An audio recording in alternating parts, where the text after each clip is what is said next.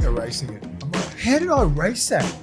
And then the best one was when you just erased the Queensland side. Save it. Ready to go? We're live. Right. This is the Levels Network. I am Justin Horo, joined by the Triple AG Willie Mason and the Bro League Stay. Mace, explain the Origin teams to us, please, before we get into the show.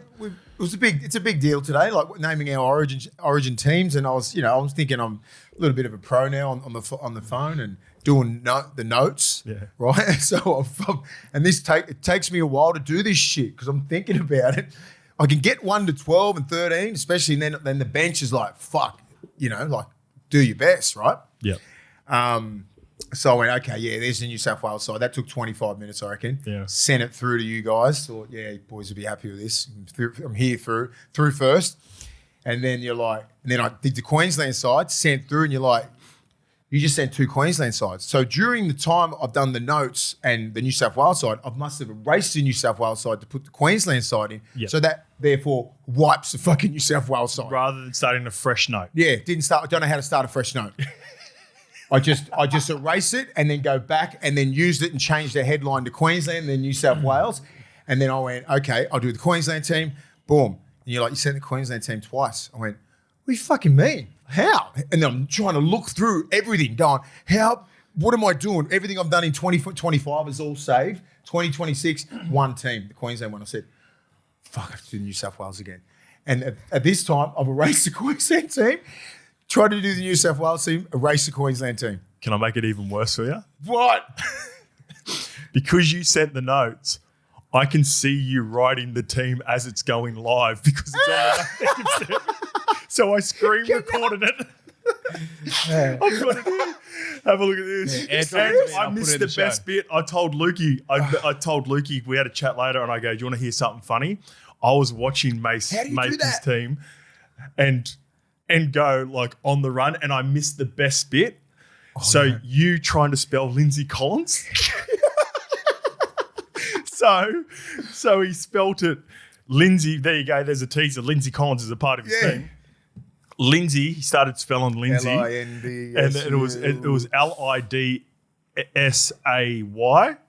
And then he goes, L-I-N-D. delete. And then it comes back with an E, Y.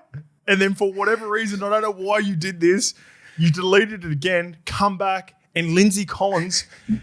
Lindsay was in all capitals. And Collins was all small. I know exactly what was happening. Get my fucking head in. Oh, man. Here we go. Airdrop it to me and I'll put it on the screen. Anyway, you saw it in real life. You can see that. Look at you do spelling Kalen right now. So you moved, like you also made a point of like, it was Max Plath at 14 and then Kalen Ponga at 14. Oh, it was so fun. So I'm just sitting on my phone like this with screen record going. He's spelling Lindsay Collins again. That was doing my brain was fucking hurting after that. I was like, and then because I like 14, 15, 17, 18, 19, like it's for Queensland, I was like, yeah, it's difficult. Oh, where am I going to put these guys? And even for New South Wales, I'm like, did I have him? And like, should I put him in? Yeah. You know what I'm saying? Yeah, I'm like, then I'm thinking, it's tough. Oh God. Oh, it was fun for me. Yeah, that would have been hilarious. I didn't know you could do that. Yeah, even like. I know there's like once you shared notes, so like I can't see all the notes from previous. Like once it's set, you're set. Yeah. But if you share a note for that specific note, you must be able to like. It's like Miller note. You can just see how everyone's updating. Oh yeah, I didn't know. So we all connected on the notes, and you just can all see. Oh fuck, that was good fun. I was pissing myself. I was just sitting there going, mate, Lindsay Collins. I think I just missed it on the screen record, like the actual Lindsay Collins. Because you would have been because I was like, what's going? Fuck, this is moving, and I'm watching you write Lindsay Collins, and I was like, the L and D, the N and D is just right next to each other, and I just couldn't fucking get one of the fingers. So good. Before we get to our teams, before we get to Ivan, before we get to Luke Metcalf, before we get to a number of Tommy Dearden officially ruled out and who's going to be filling in for him, FOZBALL, Magic Round. So, Mace, you guys are heading up tomorrow. You'll be at the Stock Exchange. What time? Stocky at 10. Morning? I think it's Stocky at 10 a.m. 10 to 12. Yep. And we'll be doing some fun things there. There'll be a few other players there involved. So don't go too hard Friday. Or if you do go too hard Friday, just rock up. Yeah. Just rock up, mate. Yeah. You'll get in. Just it's fun. We've been doing this for the last 3 years. Ozzy, you've been involved too. It's just work hard, play hard. Yeah, it's when you're up there, you know you got 3 days. Just fucking lock into it, son, and then it'll be fun with there. And then I've got a thing at the Star City. Yep. Fanland, which is just for 1 day, which is good. The Arvo on Saturday. What time are you rolling around there? Do you know? I'll be there about 1 o'clock to like probably late Arvo. Okay. I reckon about 5 or 6. And then that's about it until the W Hotel. Yep. We've got that a big event, 11 o'clock, W Hotel. Hopefully all the level supporters will be coming from the Saturday to the Sunday, where it will be me and you hosting that, proper levels, and guest will be Nate Miles, because the Queensland team will be rolling in. Yeah. So we might be getting those little. We might be getting a couple of Or stragglers. could get some mail. We might get some mail. Or we might get some, we might get some. Lukey, just stay near. Lukey, stay near the fucking entrance and say, oh, come up here, son. But it'll be a good weekend. We've set this up for the last couple of years. We've had some good times here. So we're saying the W, we'll have a good time there. Stocky's great, and get there. That's where it's happening. That's where you know. Yeah, so when you can have a crack there, you have a Levels t-shirt on, let's have a beer. Yep. Yeah, I got a message from Fanland yesterday. Yeah. They've offered me a VIP pass for 4 days. Oh, So go on there. I'll be popping in to see you on the good. gig. I'll be going straight from Stocky straight to Fanland. Yeah. Yeah, it's pretty locked in. You get some free beverages or little sliders or something there, Lukey, or what? What are you? I'll treat myself. I'll find a way. Lukey Live. We're going to get a couple of streams up this weekend. He'll have his own little Lukey thing live. going. What's it? I'm in a IRL? group chat. Yeah, so I'm in one of the Hall of Fame group chats at the moment called Magic Round 26. I'll go through who's in it. Where is the... You going to games, Lukey?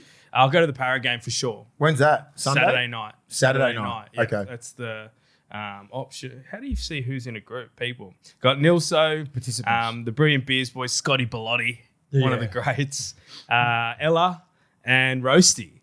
So that's the gang. And gang. That's your Asiri. and Donny Sports as well. Donny Sports. Yeah. You love down Donny, from- don't He's you? a good gang. Yeah. He's good. I like Donny. It's going to be a fun weekend. Yep. Fuck, there's some shit happening.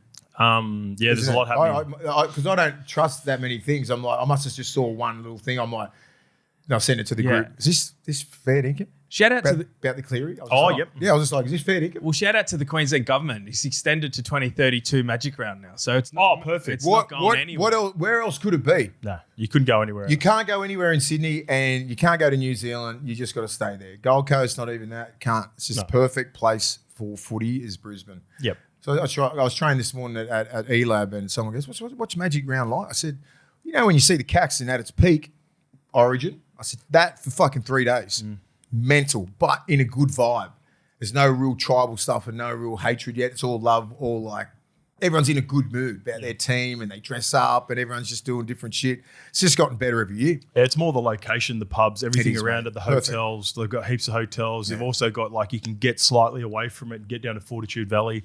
Ticks every box. It's the best. It's the perfect destination, perfect place for. Brizzy's good, mate. Before we get into it, boys, too, I got a new little watch. I was about to say that. There What you do go. A little shout out, because I'm going to be doing high rocks again this year, boys. Fuck's that a So I'm all locked in. Got a. It nearly didn't get to me, lads. pretty Got a very, very quick story on this because we've got a big show. So our friends at Red Bull sent me this. They got me tickets sorted. Shout out to Alex and Sophie, who looked after us last year Alex as well. will be at the Stocky. Yep, so he's going to be. He'll be looking for you, Mace. Oh, yeah. Had some good times on golf day as well. So anyway, he sent me a watch a couple of weeks ago, mate. Like, if you're gonna, be doing high rocks, we want to look after you. We've done a collab with Garmin. Yeah. So I was like, oh, thanks, mate. Anyway, but he didn't tell me what it was. So he goes, oh, have you received something in the mail? And I said, oh, no, this is a couple of weeks ago. Anyway, so he messages me Monday, and he sent me a picture, and he goes, it's been delivered. It's been there for, at least a week, maybe just over the weekend. He sent it to my old address, which was the unit block. So I went over to the unit block, buzzed on the unit block, and the lady who's now living in my old unit had broken English. So I'm trying to speak to her yesterday afternoon in the rain, chatting to her for a little bit. It was a little bit weird. The conversation was weird because I was like, oh, have you had anything delivered to Justin Horo? She's like, who? I said, Justin Horo. She goes, say your name again? I was like, Justin Horo. And she goes, what was in the box? And at this point, I don't know what's in the box, right? So I go, I don't know. What's in the box? I said, it's a gift. It's not something that I've ordered. Someone has sent me a gift. And she goes, oh, no, I don't think so. And I said, what? Why are you asking me what's in the box, and why are you saying I don't think so? I said, because you've got, I said, sorry, you've got broken English. Give me the fucking box. I said, and I'm standing here in the rain, and I'm getting like, I can't hear you coming through the intercom. You're outside the intercom. Yeah, I'm in the intercom. Even worse. I said, do you mind if I just come up? I just want to have a chat to you for a couple of minutes. As I come strolling up to my old unit block, go up level 3, she's sort of just staunching me like this as I'm walking towards her. She's I would gather Eastern European lady. Yeah, right? okay. Oh, Gangster. She's got a little bit of gangster about her, but like a little bit of front, a little bit of confidence. Anyway, so I come rolling up. And what you got in the box? Yes, like that. Like that. Very Eastern European. Yeah. So I go, look, I don't know what's in the box. I said, I've lived here before you 6 months ago. We just moved to Chifley. I'm just around the corner. I said, something was delivered to me, and I've been told that it was like, I've got the pictures here. And she goes, oh, what's your name again? And I go, Justin Horo. She goes, oh, we have it. It's very expensive. And I go, oh, they opened it. I go, what do you mean? She had it on. I go, she just went, no shit, she's done 400K. I go, what do you mean? I said, okay. I said, what is it? And she goes, it's a watch. It's a beautiful watch. It's $1,000 watch. And I go, awesome. She goes, so sorry, we opened it. And I go, that's okay, but do you have the watch? Is it like, do you still have it? And she goes, yes, I kept it. I'm here with my 2 kids. And she goes, like started pausing and she goes, oh, it'd come with a bottle, so they must have sent me a bottle of wine or potentially in some Red Bull cans and all that stuff. Yeah, it was nice, right? Yeah. And she goes, oh, we drank the bottle already. And I go, that's okay. Give me the watch. I said, if you still got the watch, I'll take the watch, please. I could see she was stressing, right? Like she was under dress, and I was like, as long as I get the watch, I could give it. And she was only with 2 kids. And one of the daughter pokes the head out, and she's only like 10. And there's 6'4". So so that like I could see they're like, they'd be stressing that they feel like they've stolen the watch, right? Yeah.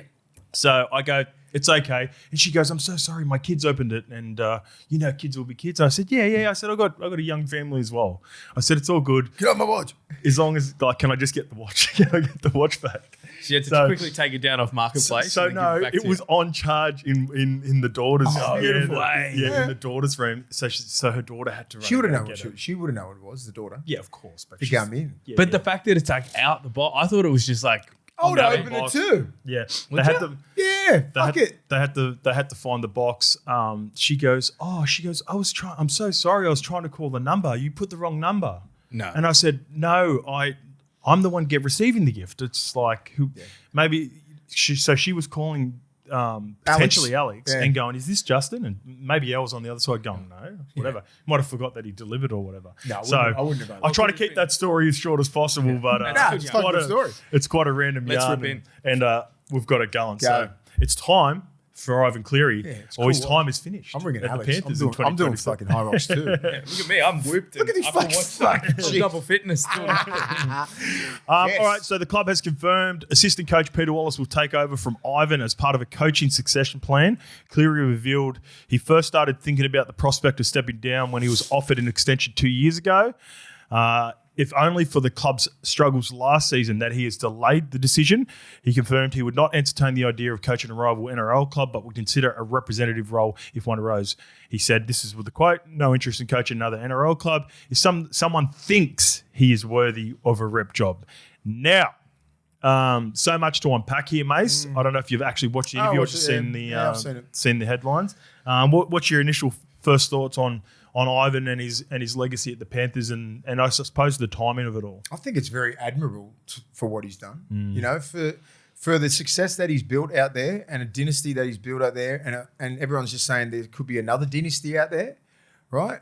Beginning out there. To step back and just go, obviously football and being a head coach of an NRL team is very taxing, mentally, physically, emotionally, everything like that.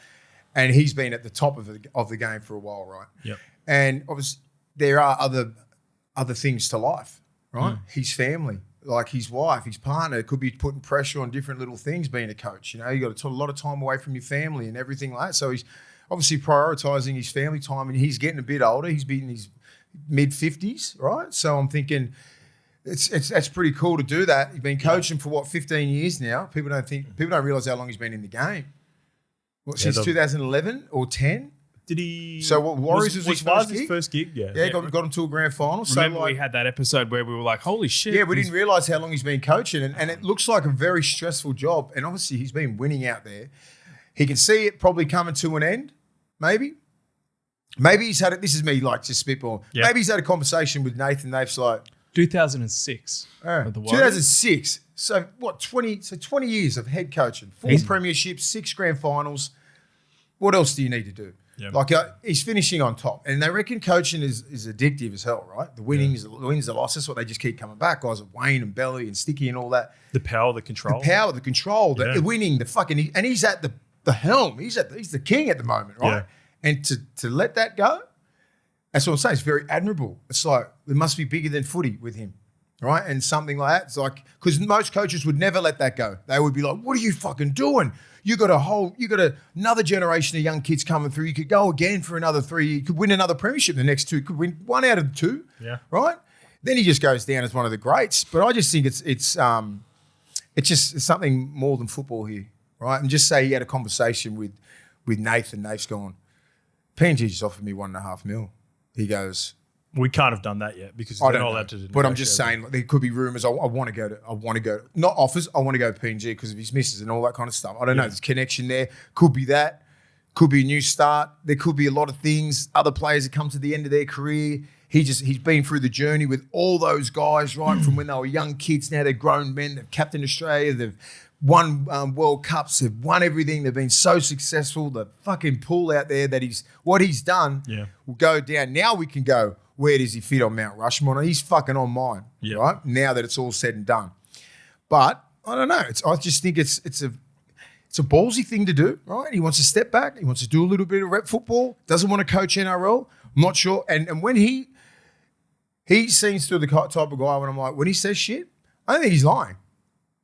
I don't think he's lying. Yeah. I don't think when he says I don't want to coach against Penrith anymore, I won't coach against Penrith. I agree with that. I agree. Yeah. And I'm like, well, yeah, he steps straight into any fucking rep role there is ever in the world whenever he wants. And I think he can step back, and I think he wants that where it's not so much week in, week out, plan since 2006 where he's been the head coach, where he can step back and go, all right, I've got another fucking, how many more quality years I got left? Fucking maybe 20, 30. Watch his boy just blossom, other kids, all that, wife, family. Both boys. Both boys, yeah. But family is fucking a lot more important. It's not all rugby league where some other coaches get locked in. They just want to fucking keep going. Look at Wayne.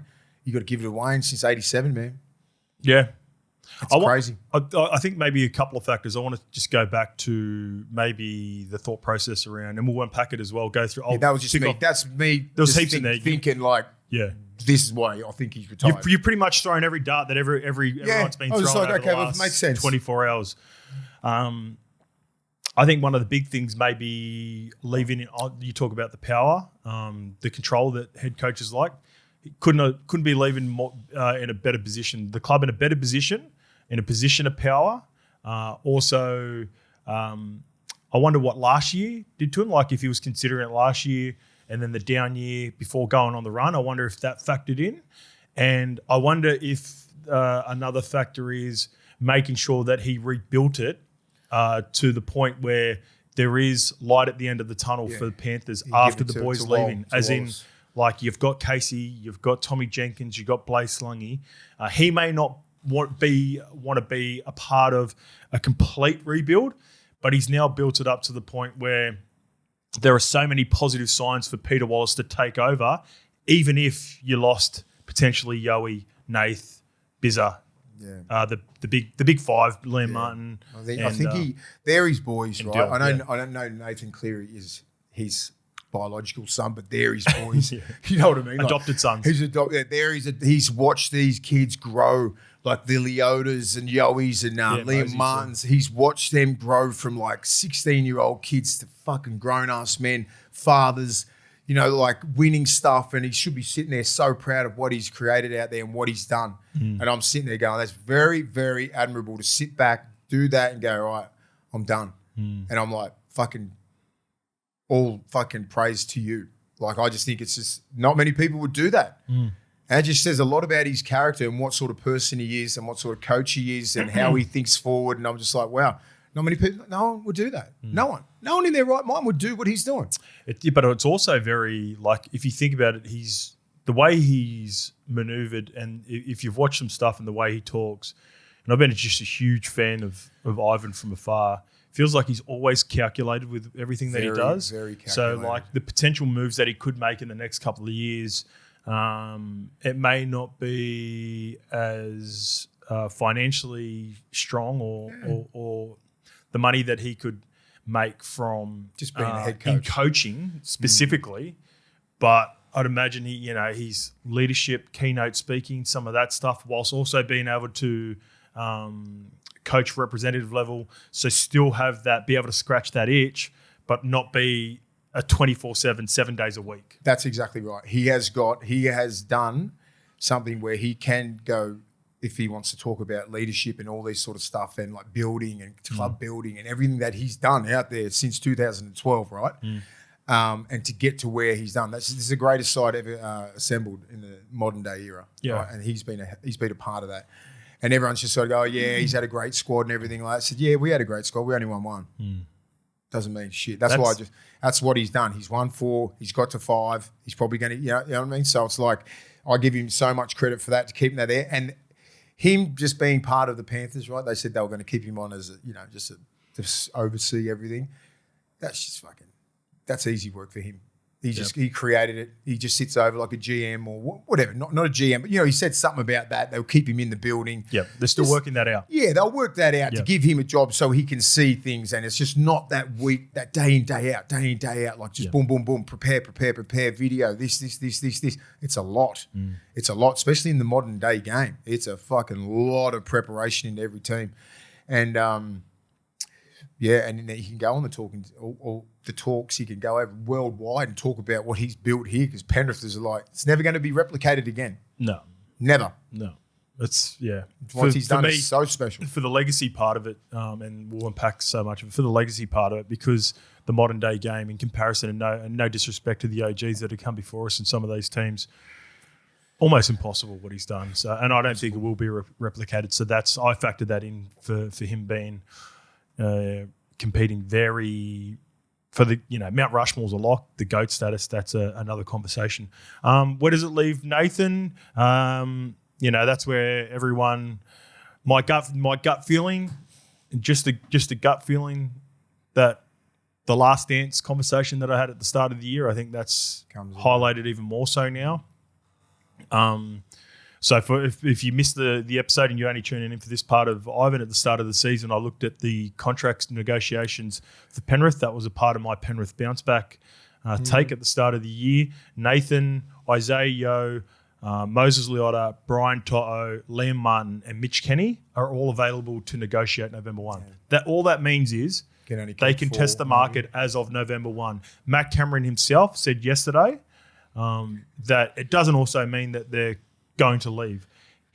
Because of the runs on the board that they've got, that he has made it clear that he would like to keep pretty much all of those players, but they've earned the respect of being able to get to November 1 to test themselves for the 2028 season. So, for, again, people not totally across it, all November 1 means is they can negotiate with another club for the 2028 season. Yeah. But all of those guys we just named, plus Ivan, whilst in this process of blooding and just getting the reps in a guy like Peter Wallace, is for the next 18 months. Yeah. Like this, the succession plan is just they're levels above everyone at the moment. Like even this decision for me just shows how professional, how well everything has been done. This decision would, for a person, even if they lose all those players off the back of this with Ivan. For a person in this position, this decision speaks volumes about this club and Ivan Cleary. Like to make this decision 18 months out so they can have some sort of succession plan. Yeah. Which they have. They'd already named Peter Wallace, so he knows. Everyone knows that he's going to be the coach. Like, not many clubs would do that. Not many coaches would do that in this position. They'd leave you because the egos get in the way. They're like, all right, I built this whole fucking thing. I'm going to leave you nothing. Yeah. A lot of coaches do that. Yeah. A lot of coaches. Yeah. Matty Cameron, I thought he really handled the presser really well. I forget. No, can you find the GM guy, the one that said the book? Yeah, the GM.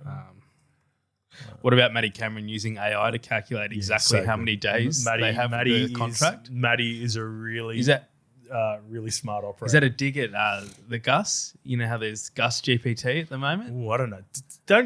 Hey, I'm just throwing scenarios. We don't know. What are you bringing Gus into it? Gus, what do you hate Gus for? What did he do? No, Matty's really cheeky. Really, Is it Andrew Hill? Nah, Hilly's gone now. Peter Graham? Peter Graham. Peter Wynn?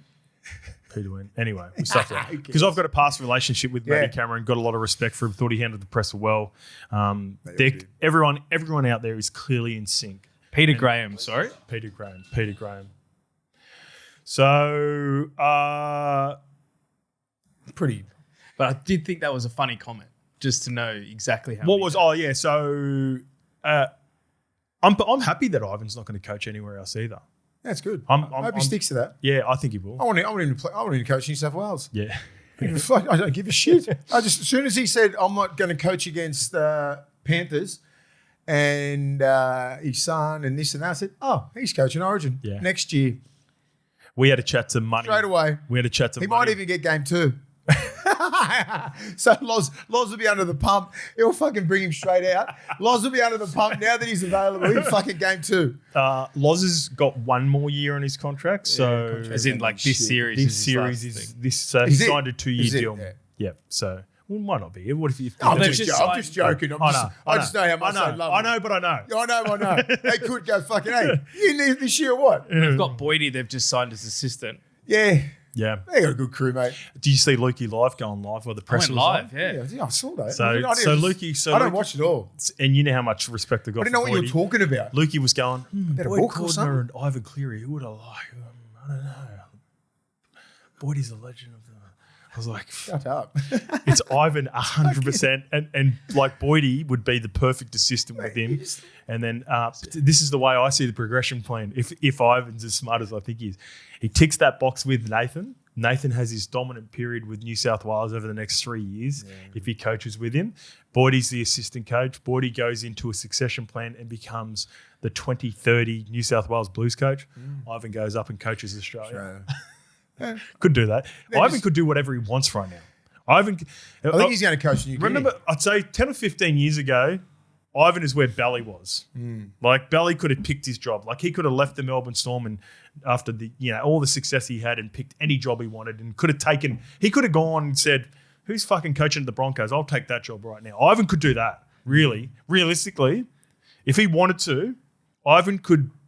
Not to say he would do this. I'm just saying this is the resume. This is the aura. This is the level and what he's done, what he's earned. He could go to any rep job and go, I'll take that.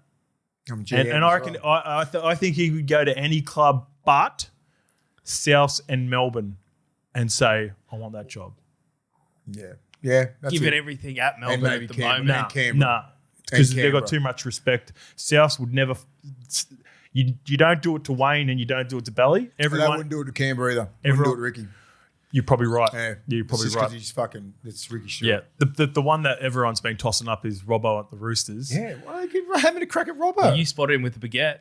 What's he doing talking to the baguette? Oh no! So the baguette's over here doing France. I know that. The baguette's just trying to learn how to coach. It's a connection over to France still that they're hanging out together in Sydney. No. It's the opposite. Baguette's over here getting reps for the World Cup. The baguette's trying to figure out how to coach, and he just asks Robbo, how do I coach? The baguette was assistant coach under Robbo and played for Robbo at Catalans. Yeah, look at the land. Yeah, so they go way back. I mean, Robbo's not going to lose his job and get fucking punted to Catalans. What are you on about? No. Carcassonne Pete Bedell keeps reporting. There's people out there reporting that he wants to go have his kids spend some time in France because his wife is French. Oh, connection. Yeah, that's what I'm trying to say. Yeah, okay. Just going on okay, holiday. that makes more sense. Anyway, Bomber Bedell also. Bomber Bedell was the one who goes to him last year. So what's how do you feel with the dynasty over now? Yeah, that was his question. I saw that last night. 360. Yeah. I love how him and Gordy they were in the same room. Yeah, it was very close. Yeah. What about when Bomber goes, "Oh, you got your security here," and I was like, Kevy Walters and the outfit. What are they going to do? No, but also like, Gordy ain't needs security. Gordy is security. Gordy's fucking security.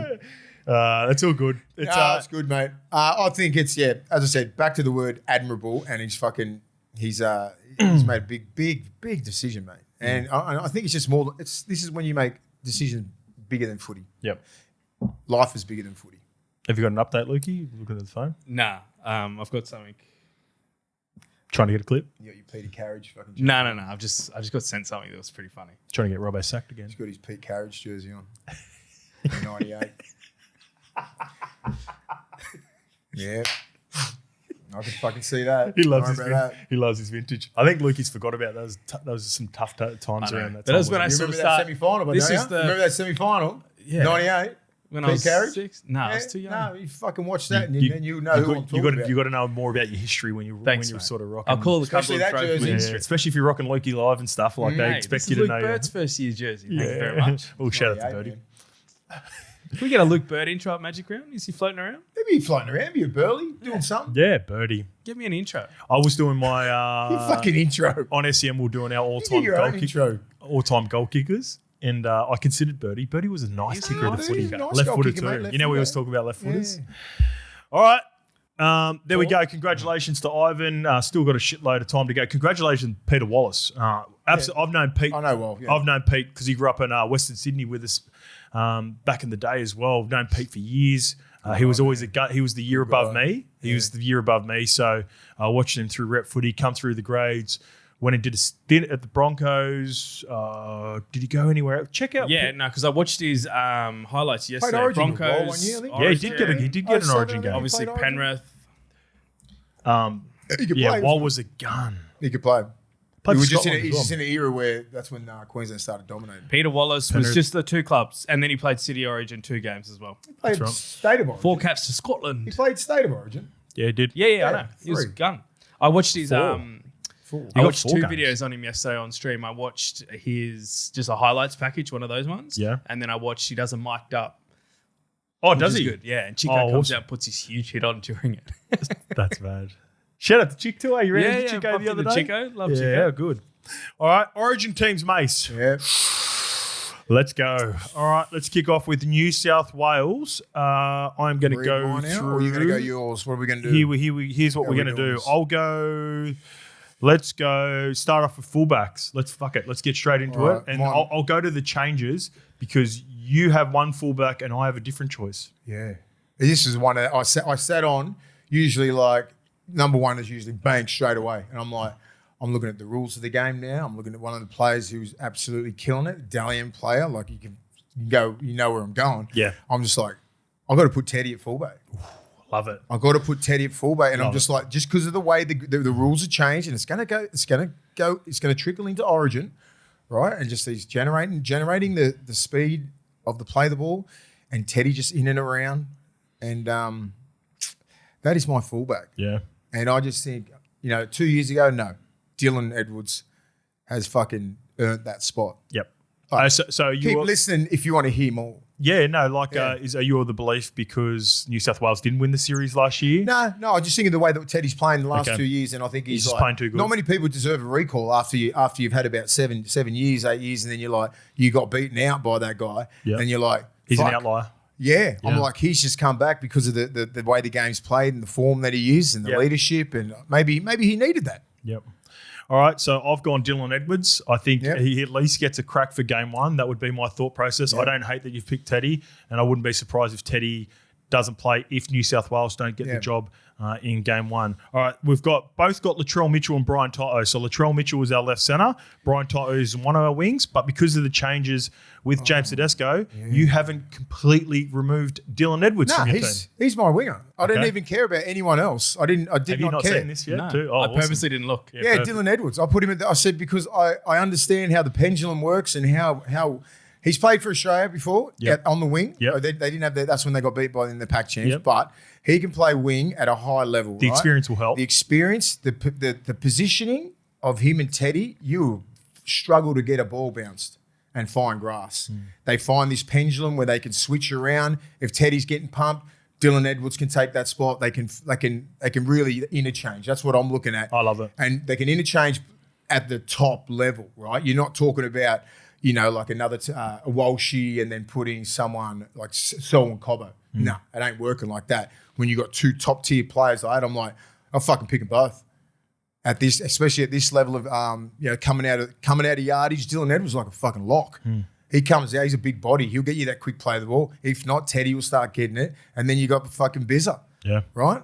Like I'm just thinking it's so important getting out of yardage these days because that's the way the game's played. Yeah, I want like big it. bodies, man. I like the thought process of going with the way that the game's going. Yeah, that's why I'm going the way the game is going. I'm not just going on. Yep, I big like names. It. In order to fit in a big change that I've made to my team, we've both got Stephen Crichton. Therefore, you've got Critter at his right centre position. I've got Critter on the wing. I've been trying to fill that spot myself. Yeah. There's been a lot of whether you go fullback Dylan Edwards because you've got Teddy or Teddy vice versa, or you go a centre on the wing, or Casey McLean, Milky Jenkins. Some of these other names are tossed up. So I've got Critter on the wing. That's to account for my big change. I've got Katoni Staggs right centre. Yeah. He will. His last game of suspension is this weekend, so he's going to. He's suspended. I thought he was injured. Oh, okay. Oh no, it was both. It was bit of both. He was healing the foot. That's what we were talking about. Yeah, remember? okay. So the 2 weeks will serve him well. Perfectly. Shit. I think it's silver lining. I thought he was injured. So that would have fucked with my head a little bit more, but I'm still sticking with that. Latrell and Critter. Okay. But because of Critter is a little bit busted at the moment. Coming out of play twos and that, I need, you need that fucking bit more force, I think. And he's got long limbs and everything like that. So I don't know. Okay. Critter's still in my side. At centre, you just don't have to play the play twos. I like the physicality of Katoni fucking Staggs. oath. I like it. The way that he's played for Australia, the way he's played for the Broncos in deep runs. I think even more so the way he's played for the Broncos this year. He stood up. He takes shit personally. And I think having a right edge of Katoni Staggs and Stephen Crichton. Interchangeable? Oh, no, they're not. They're just... they're monsters on that right edge, so that could be problematic for whoever Billy does pick for his team. Halves were the same. No changes. Mitch Moses, Nathan Cleary. As for front row... So our wingers, we go the wingers? Yeah, I said Biz. I'm only going to go through the ones where we're different. Yeah. All the ones that were the same, we'll roll through them. We don't have to discuss Biz just picks himself. Yeah, Mitch Moses, Nathan Cleary. I guess we've left out Jerome Luai. What are the context of picking them over anyone else? That's all right. That's combinations, man. We'll talk. We've got so much to go through. Kicking game, combinations. Moses is fucking. If we've both picked them, we both probably feel like it's picked themselves. Well, even though I'll discuss this one, we've both picked Adam Fanua-Blake. Yeah, this is his first opportunity to become selected. Not playing the best for Cronulla at the moment. But why have you selected him? Because he's a starter. I'm not picking him off the bench. He's a bona fide top 3 prop in the game. He's proven that, and I don't care if he hasn't played for New South Wales. I know that occasion that you play for New South Wales, you got that jersey on, just the whole fucking stage of Origin. He steps up. Yep. He's got that presence, and I think you'll see him go to another level. I think some players need to play Origin, right, to get them out of fucking their little slump. We love how he plays for Tonga and represents Tonga. Yeah. Do you believe that level brings the best out of him, so he can transfer the rep footy from Tonga and what it means for Tonga to play for New South Wales? He's a competitive human because whoever he goes up against, he wants to dominate. Yes. And he'll look at this and he'll be looking at this the last couple of years going, this is opportunity. But he'll be looking at the last couple of years going, I could fucking dominate that game. Yeah. Easy. I think take Lindsay Collins' head off. I'll fuck Ruben Cotter up. I'll do X and Y, Z. That's what I'm saying. I'm just thinking I'm just trying to think like him. I'm like, that's the way I used to think. I'm like, I'm taking everyone's head off. Now I've got an opportunity. I'm fucking going. I'm not saying he's going to get picked or not, but I'm picking him because he's my fucking ace. Yep. Footwork, the late footwork, the big minutes, the fucking defense. He's primed for it. So that's my man. Yeah, so do you think this is the team that Laurie would pick, or is this the team that you would pick? This is the team that we would pick, right? Yeah. A little bit mixed in with... should not be fucking far from what Laurie's thinking. Yeah. There's not many players out here that you're going, nah. All right. I don't want him. Our opposition, our hooker's the same, Reece Robson. He retains his spot. Our front row is different. You've gone with Yowie up front in the front row. Yeah. Is that, again, a reflection of the modern game? Reflection of the modern game. And, he does have that option to pass. He hasn't been passing that much. He knows how he's been playing like a front rower. Yep. He's fit. He's strong. He's bigger than you think. He can. He plays real flat and fast. You got to get up with him. make sure you're pushing up with him on both sides of the ruck. He just attacks everywhere. So it's like he'll be pushing Hamole up on that right side. Fucking Huddy Young with him, all those sort of stuff. So like, and defense and 80 minutes and relentless. You know, and I think him and Fanua Blake will complement each other really well. Yeah, nice. I've gone with Mitchy Barnett. I've got the Warriors front row team and back up again. Only because of the injury, Mitch Barnett just being in and out, fair enough. in and out. Like I'm like, okay, I don't think he deserves a start. Okay, so I've gone Mitch Barnett. So Mitch Barnett will be my starting front row. Love what he brought to the last couple of years. He only got one opportunity to start last year. I thought they really missed him when he wasn't there, and especially with Payne missing, you're gonna if I going with that and I factored in, all right, probably want a guy that started and knows what it's about to set the tone with him in the front row. So, and they've got a great relationship. They had a really good yin yang thing going for the Warriors for a couple of years. So I think those two link back up in the front row for New South Wales. We've both gone Hudson Young in the back row. Yeah. I stuck with Angus Crichton. You've gone Hamole Alakwatu. Huddy Young, I think he's the best left side back row in the game. I think he's overtaken Angus. Angus is busted, man. And I just think it's a passing of the torch as well. I think Gus is going to the Wallabies next year. So it's like, you know, like he's been a great fucking player for us. And if they do pick him, fucking so be it. He'll do a job. But I'm thinking they're looking for the future. And Huddy Young has been the best left side back row in the game. Yep. And Hamole, you just don't pick him unless he's starting. And that's why I've got him. And that's why Preston's not in my team. Yeah. Because of that kid, his last 4 games has been nothing but a destructive animal.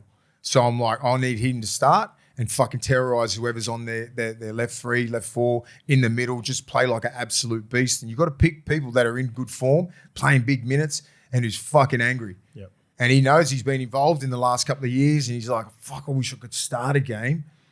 No one's hitting better than him. No one's running. No one's hitting lines better than him. No one's fucking more destructive than that kid right now. You've got to start him. Yep. Can't have him off the bench, then play him in the fucking middle. That's what they did to him. Yeah. No one loves Hamole more than me. I'm going to give the respect to Angus Crichton and Huddy Young. They were the left and right for Australia in the Ashes series. Huddy Young looked a little bit awkward for the first game. I felt like they were really good for the entire series. They're both left side as well, so that's problematic. But, you know, the sample size that I saw for Australia, I think they can pull off. I think Angus deserves, similar to Dylan, the respect for at least game 1. And then we reassess. If they win, Angus is just no matter what he's been doing at club level in the last 3 or 4 years. Even when he was having that down year, remember he got the Wally Lewis medal that season. So you've gone Cam Murray at lock, and I've gone Yowie. So we've both got Yowie starting. Yeah. I've got him at lock. You've got him. I just think Yowie can change. He's big enough and bad enough to play in the front row in the way that he's been playing, the way the game's playing. He's the guy. He can pass it if he wants to, but Cam Murray's that connect guy in between the halves. He can get Hamole onto the ball, Huddy Young onto the ball, like really distribute out the back when he wants and get those boys involved real quick instead of like getting it off fucking, you know, like Cleary and all these sort of, they can just manage their own stuff. So Cam Murray's just like an extra half in the forwards. He's a starter. Or I can see him playing off the bench. Yeah. This is where balance comes into it. Yep. I'm trying to find a balanced pack with Yowie and Fanua Blake, Hamole, Cam Murray, Huddy Young. Like it feels balanced to me. Yep. Right. So he deserves it. And I think he's the best. I think he's been the best lock in the game this year. Yeah, I like it. Let's go to the bench here. So we've both got Brayley because we're viewed that they're going to have 2 specialist 9s with the versatility of having a 6-man bench, and we've both got Ethan Strange. Our bench is different because I have Cam Murray and Olakwatu, who you've selected, but I've got them on the bench. But I guess the biggest ones that I want to talk about is for you. You've got Spencer Lenu still, even though his form hasn't been great at the Roosters, and Keon Kalomantangi as well. You got to have a look what Spencer's done in Origin for the last couple of years. He's been fucking dominant. And you think his little cameos, 15 minutes? I just think a person like him, like he scares oppositions. Like he's still off the back fence when they kick to him. Can change a game with knocking someone out. He can change a game, mate. And like, I don't give a fuck if it's 20 minutes. You give him 20 minutes though, because all those boys, one run. All those boys in the starting side, they'll give you 60, 70 of the best. Easy. Some 80. Most of the back row's going to play 80. Yep. You put him on in a special little time just before half time and a little bit after half time, just to get that fucking thing going. he's an Origin player. That's when when Gus talks about Origin players and this and that. Yeah, he might be fucking not going outstanding in clubland, but like he showed me enough on the weekend that he's still a starter. Yep. He can start for the Roosters, and he can still do some damage on that on the bench. Yeah, I like it. Because he's a specialist bench player. Keon and Preston, I'm still tossing up with. I don't know.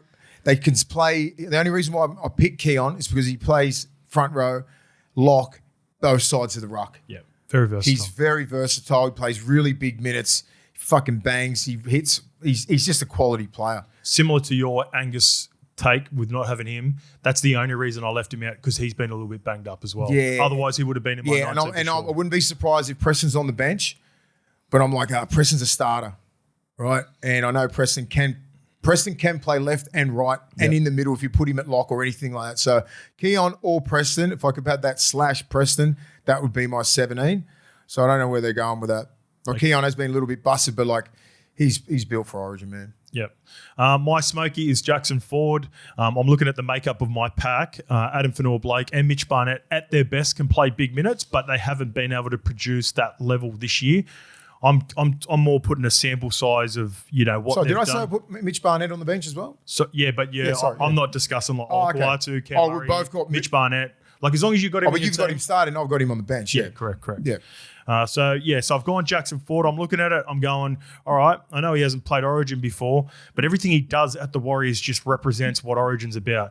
He gets through all his carries. He gets all these beautiful stats, kick pressures, kick chase. Yeah. He does all the little things right on top of just not a stat putter. Like he does.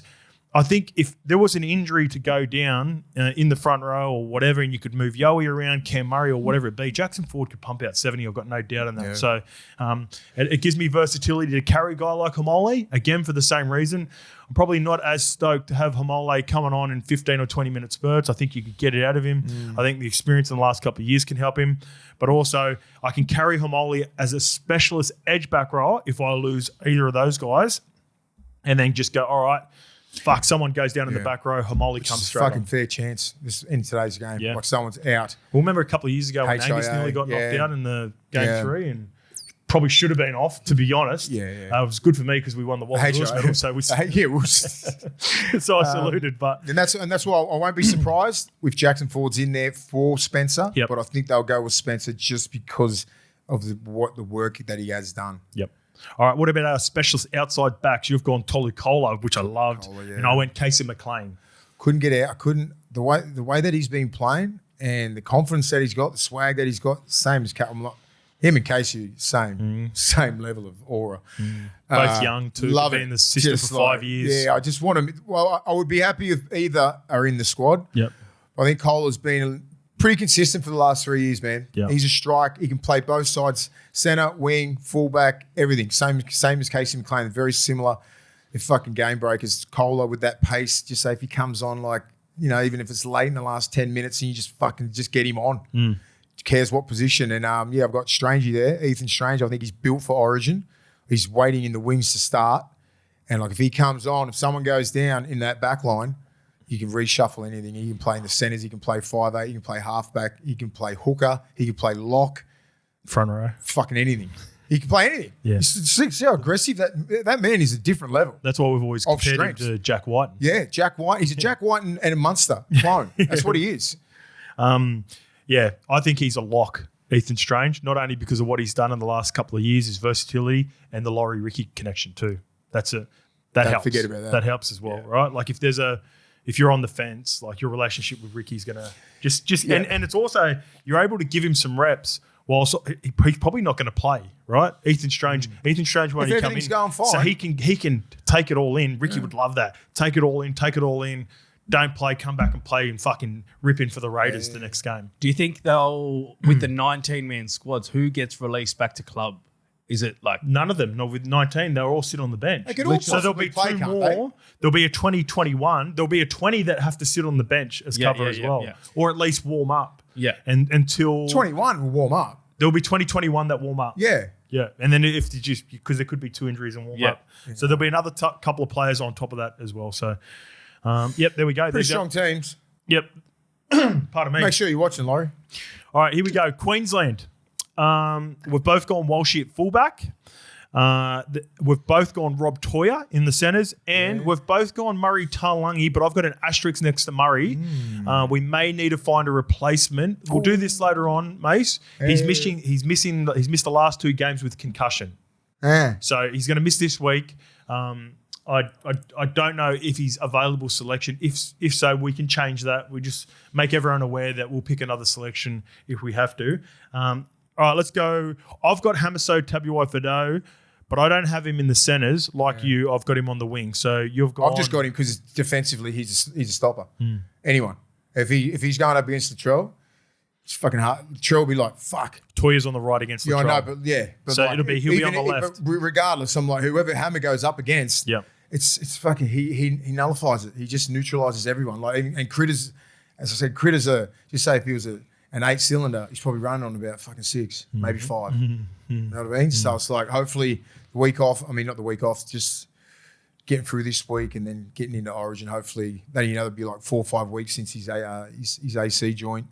But the hammer, he locks you down. Well, you got Hammer in the centres. Toya fucking locks you down too. So that's going to be awesome little battle in the centres. You got Hammer in the centres to account for Selwyn Cobbo on the wing, opposite wing. Yeah. With Xavier Coates out, it's a big hole, isn't it? It was hard for me to pick the wings. Coates, yeah. I was just like Selwyn. I thought Selwyn played outstanding against us. And I reckon Billy's probably looking at that. Looks fit, looks motivated. I know at the start of the year he was dropping balls and shit. Like we keep going at it. And like last month he's put some good football. His last 2 games have been his best. But it's very important to play twos to come out of yardage. It's about when they get down there. If you're a small body on that wing, you are getting picked up and dragged back. It's a big tactic for teams. And that's what I'm saying with your centre. Do you want to announce my centre? Jackson Purdue. Yeah, I like him. Smoking. Hey, he's in my 19, but I think it's a little early. Premature. You got some big monsters there like Trell and Critter. They're fucking. I know he's a great mover and everything like that, but there's a level going up. I think he can handle it if Queensland's on the front foot and it's fast and which can happen. But you fucking flip the coin and they're getting dominated. You can find pros and cons for a lot of selections, right? And that's exactly right. And I'm just like, he's in my fucking 19. Especially if he's unproven like because that. He's a fullback, he's a centre, he's a 5'8", he's a halfback, he's everywhere. Good cover. 19. Yes, great cover. He's my cover man. All right, I like him in the left centre position. I like what he's been doing.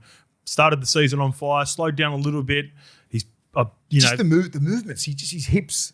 Beautiful movement. Yeah, if it's a good battle, and he gets some one-on-ones out wide against really good opposition. I've just always liked Jackson Purdue. He's been in the NRL now for 3 years. The game is so fast, and he might get those. Like just say when it's going boom, boom, boom, boom, quick shift to the left. Trell could be fucking caught in. Mate, he's that silky. You can get around anyone. Yeah, it'll be the opposite side. There ain't those games anymore where it's like fucking bash, bash, bash. It'll be physical as hell, but there'll be some times where this game will be fucking open. It'll open right up. Has to if they go by how the game's been adjudicated in the last 10 weeks, which it won't be as crazy, but. And I like 2 unorthodox on the same team. Money's not like, for as good as Money's been, he's not like a gifted playmaker. Like he's not a silky playmaker. He's a play what he sees sort of guy. I think him and Purdue on the left would just complement each other really well. Huge call, number 7. This is arguably the biggest spot because it's the biggest. Both of us. Yours is bigger. That Tommy did was left. You've gone Sammy Walker, mate, and I've gone Jake Clifford. Why Sam Walker? Wow. It was a toss-up between Jake Clifford and Sam Walker. I like Jake Clifford. Yeah. I just think he's been playing 6 too, a little bit. Like for his best football, he's been playing 6 this year. So you chuck him into 7. He's got to do a little bit more, planning and all that sort of setting up and all that sort of shit. So I think Sam Walker's a genuine 7. Yep. Genuine 7. Good little crafty kicking game down there. You got Reece Walsh can do most of your long kicking, and then you've got Sam Walker, a short little kicking game, very big on the 6 to goes. You know what I mean? Like that's a big call. Yeah. Trying to get those instead of trying to put him in the corner, all that sort of stuff. Like he's got a good little short kicking game. So for 40 out, very dangerous. Same as Money. And then you got Reece for the big kick, and you got Harry Grant for a fucking great kicker as well. So you got some good kickers there. Yeah. Defensively, I worry about him, but it's Origin. That's where people go, oh, I worry about him defensively, and he has the fucking best defensive game of his life because he knows. Got to step Queensland. up. You got to step up. Body on the line. Yeah, body on the line. He'll put his body in front of everybody. So Not worried about Sam Walker. I think it's his time, right? You're looking at the future of the game. They could go easily with DCE. I wouldn't be fucking surprised and just go, yeah, okay. Well, he's not playing bad. He's probably playing some of his best football. Yep. Sam, if you look into the future, you got to give Sam a crack. All right, a couple of reasons for me for Clifford. Big body, 6'1", 6'2". Defensively, he's had bad misses over the years, but it's been concentration. I think he's stripped 3 or 4 kilos this year. I think he's looking rock hard fit. The way he runs the ball, and the big one, the big tick, is you've got Reece Walsh at the back who can kick the ball. That motherfucker can put him up, mate. He can let it sing. He can kick him to death out of yardage because there's going to be a number of kicks where they're going to be kicking from their 20 and 30, and I'm not too worried about a traditional game managing 7 because you've got Harry Grant at hooker and you've got Reece Walsh at fullback. So I think it's important that he'll just sit down his edge, he'll kick long, he'll hold numbers, and I can see him doing a job. And it feels to me like a Billy story. Now, there's been examples where, Shibasagi recently where it's not about reputation or what you've done for large periods. It feels like Billy is also like those journeyman sort of stories, and Clifford's been through it. It's the journey. He's been through it. So, Clifford. Fucking great story. If Clifford gets it, I'd love it. Great. I would be so happy for that man. And everyone's talking about Dearden and the Cowboys, and if you've watched the Cowboys closely this year, he's been better than Dearden this year. Clifford has adapted to the rules as good as any half in the competition. So, again, that's another big tick for you. Not surprised. These two? Yep. Whatever. Pick whoever you want. Yep. Not really concerned. We'll be in the lobby just. Clifford will, yeah. I mean, I think Clifford will be part of the squad regardless. I think he's going to be like 18, 19. I think so. I think he deserves that. Yep. But all right, front row. We've both gone Harry Grant, Tino Fasua Malaawi. You've pushed Paddy Carrigan. Similar to our teams, you've got the lock up. The position that I have at lock, you've got him in the front row with Paddy Carrigan, and I've gone Lindsay Collins as my front row.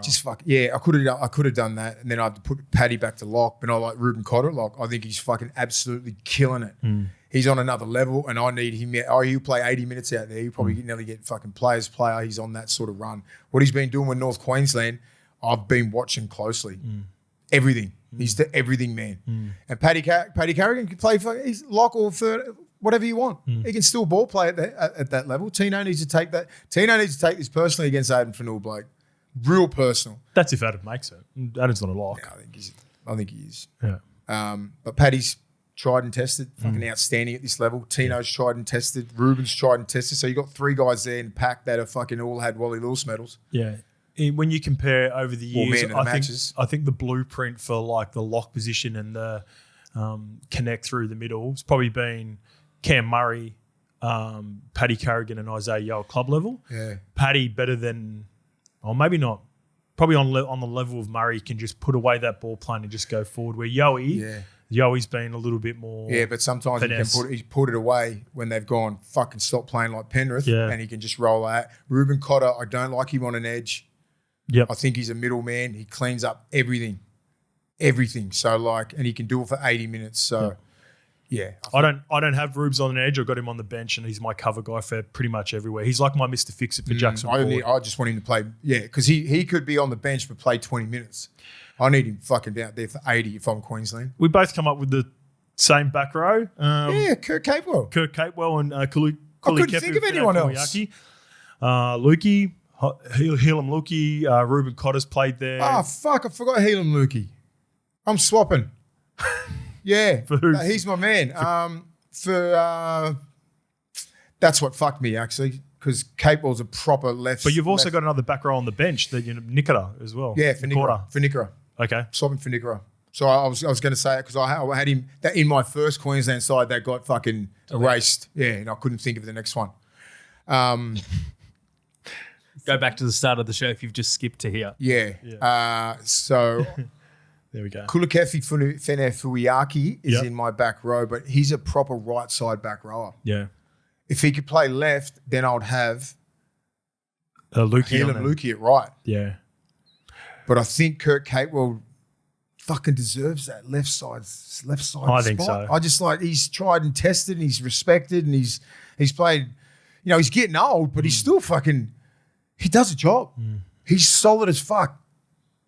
Yeah, I like it. And I just and Fenefuiaki, I just think you need to start him and like on that right side and just dint holes in New South Wales. Lukey or Fenefuiaki or Nakora, I don't know where they're going to go. Yes. But or Ruben Cotter. I think Ruben Cotter's a real shout too. As much as probably me and you don't like Ruben Cotter on the edge, he's been proven he's done a job as well. So interesting to see. So I think they're all going to be part of the team. It's up to Billy what fits the balance of the team. Yep. You know, does Helam Lukey, is he just there? You know, he's a right side back rower. You know what I mean? Like it's like Presto. Presto's a right side back rower. He can play left, but like Helam Lukey had that combination with Dearden. If Dearden was playing, he would be my right side back rower because he struck up a beautiful combination with Dearden. Yeah, good shout. Now because of Sam Walker or a different half or anything like that, it's the timing. It's a fair point.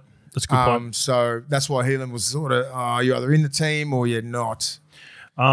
We both didn't pick Kalen at 7, but we've both got him as the 14. He's the ultimate luxury piece in a 6-man bench.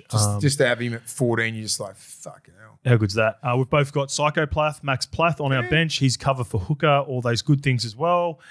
Lindsay Collins on your bench. He was in my starting front row. You don't have the jersey, do you? Ruben. No, I don't have Jersey Flegler, which we'll get to. Yes. So you've got Jersey Flegler on your bench, and I've got Helam Lukey on my bench. Those are our two big differences. So Lukey's your 19th, but he's in my my best bench is 14, 15, 16, 17 with 18 and 19 cover. So you've gone with Jersey Flegler, and I understand it.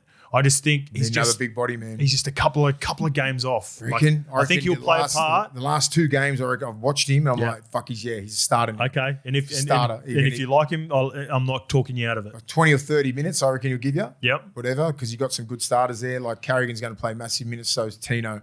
So it's like he gets on there, you know, give me 20, 30 of the best. That's all you ask for some of these benches. They're not going to play massive big parts unless it's a HIA or something like that. It's not the way the game's starters. The starters start and they try and stay there as long as they can, depending on possession. This time last year on stage at Magic Round, remember the look in his eyes? Well, that's why I'm not going to talk him out of Flegler, even though I didn't pick him. I just I love the story too. Yeah. Matt Billy's about that as well. Yeah. He can come out with another fucking he didn't play for 500 days. Yeah. Like, It'll be inspirational to have him. Yeah, like you'd be looking around him going, "Fuck it, Flegler's back." He ain't played since 2023. Yeah. A big one that I left out who was really hard for me was the bra. I really wanted to put the bra in there, and I just couldn't fit him in. But it's either the bra or the flag for me. Yeah, I think so. And I've gone because I've got Paddy Carrigan, Ruben Cotter. Like I've got a very light, versatile bench. And I just left a Flegler out. I left Gilbert out, who I like. Yeah. I left Bra out. Too. There are so many like those middle forwards that I was similar players. But like the Bra is so unorthodox. I think he could really fuck around with New South Wales sometimes. Yeah. Sometimes he goes off. Like he does so much work and then just say you got to lay a line, which sometimes you do have to lay a line. Then he'll get a fucking tackle break and then run 10 metres that way. And then you can see people go, fuck. Just run it that way, just straight on and just get it, play the ball, and then so like the backs don't have to fuck around. I like the bra. I think he's going to play a part in this Origin series, but not this first game. Yeah. But I would not be surprised if he's taken if Lukey's not on the side or if he's starting or something like that, and one of these other blokes have missed like Flegler or something like that. Yeah, because the bra's pretty fit. Because of the luxury of having a 6-man bench, I didn't feel the need to put like a hybrid like you did with Purdue. So I've gone specialist. Like I've gone, if someone goes down, we've potentially got KP to cover all the positions if it's later in the game and they don't need to change a sub. But if it happens early, I've got Ezra Mam to insert if it's early and you want to go a specialist half into the game, or 7-6. And I've got Shibasaki if anything's happening in the centres. Outside backs, you could still maybe move some of the wingers around to account. That's for why I think KP's the guy who just fixes every position. That's why I haven't gone with a specialist like an Ezra Man or anything like that. Jackson's your centre guy. He's your back line. Helam's a guy who can get in there and move other people around. You know, like Paddy can move back to the back row. He's very versatile. And you can move. They're all moving pieces. Most of these players now, doesn't matter where they are, especially at this level. You're not picking players who are fucking specialists. I can't move from the right side to the left side. No, you fucking play anywhere. So can't wait. That's it. It's going to be awesome. Just copy and paste that team, Loz. You'd be sweet. I've got one more selection for you guys to debate. Who's the referee? Oh, fuck. It would have to be Atkins, wouldn't it? No. What's up? Yeah, just throwing out to the table. It would have to be Atkins. Atkins got the grand final. Atkins got the Ashes. Ashley Klein had Origin last year. It'll be Klein or Atkins. I'd go maybe Atkins has won it. And how do you think it'll be officiated? I don't want to give him too much fucking airtime. Just fucking stay out of it as much as you can. Let the game flow. Yeah, let's wait until we see who the ref is next week, and then I'll have a stronger take on that with the styles. Yeah. All right, let's get to money for our Compa moment of the month. It's good to have our man Money back. We've just been talking about him with selection. Compa have graciously jumped on board as well to pay for our comment of the year winner that gets to attend our golf day as well, because Compa is Mexican for slang, mate, bro, brother. So they're looking after you like you are our mates, our bros, our brothers, and you'll be at our golf day. Here is Money talking about Belly, the form, and getting that win against the Tigers, and Origin selection just around the corner. Here we go. We are back, all thanks to Compa. Remember, Compa is sponsoring this segment all year with our man Money, catching up monthly. And for those who aren't aware, Compa is real tequila, not agave spirit. First to market in Australia with 6% ranch water. And Compa, what it means in Mexican, it is slang for mate, bro, brother. It's that mate that is always there. That's what it represents. So I'm going to crack this can for us, Money. I'm sure, hopefully you're able to have a beverage on the weekend. But cheers, legend. Cheers, mate. Thanks for having me again. And great to have you back on, brother. Yeah, thanks, mate. How you been, mate? Yeah, not too bad, mate. Not too bad. Probably, not as stressed out as you have been in a very long time, mate. In a very long time. Yes. Look, we'll have a bit of fun with this show. But first off, I just want to, ask you how everything's been with Belly. I know, becoming close with you over the last couple of years. He's not only a coach, he's a great mate of yours. Post-diagnosis and the information that we've got, how has he been going with the day-to-day stuff and everything that comes along with being an NRL head coach, mate? Yeah, it was pretty shocking news, to be fair. Obviously, after the Ellie stuff, then the Tui stuff, and then obviously Belek is news. So it wasn't ideal for the club. But, look, it's a tough going for him. Obviously, footy's mad. Footy's his whole life. He revolves his whole life around footy, as everyone probably knows, bellyache. So, yeah, look, it's not ideal. I was pretty disappointed when I found out. I think I found out a couple of weeks before the lads found out. So he gave me enough confidence, or felt like I was close enough to him to know the news. Look, I'll try to be there as much as I can for him. I'm not too sure what he's going to do eventually at the end of the year, whether he goes on, but still have that belief. Still feels like he's still this normal person he is. So, it's probably more short term than long term. I'm pretty sure with what's been happening with him, but I guess everyone has those issues, I always forget where I put my keys at times, or I always forget I have to be somewhere, So, I think it just comes with sometimes when you get a little bit older in age, I think sometimes you probably stress a little bit more when those sort of things hit you hard. As a group, we fully believe in him, and it's disappointing when someone's so close to you. He's been a father figure to a lot of people at the club, especially myself. So when you have someone like that going through a tough time, you kind of, and then also the stress that a head coach brings when you haven't won in a while. I guess that probably does that to you as well. Yeah. As a mate, as a leader of the club, is there anything differently that you've tried to do around the club? Do you try to stay yourself? Like, is that a way of, sort of keeping the boys fresh and keeping their minds off it? Do you try to stick true to your personality, or are there different leadership traits that you've taken upon yourself during this tough time?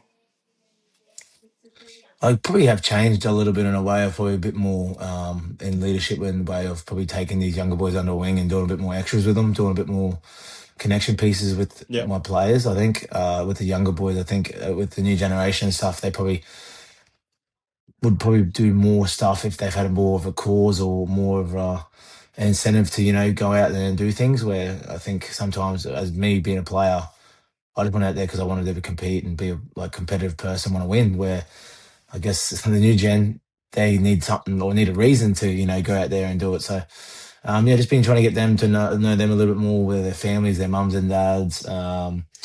Probably doing more video, stand up in front of all the lads in the video sessions, and probably going through stuff that I think that warrants what we need to start doing or things we need to implement into our game. So yeah, I've been doing a bit more of that, taking a bit more probably pressure off that, especially our leaders, myself, Husey, Harry, and obviously Kingy and all those sort of guys that are in our leadership group. We're standing up more and probably delivering more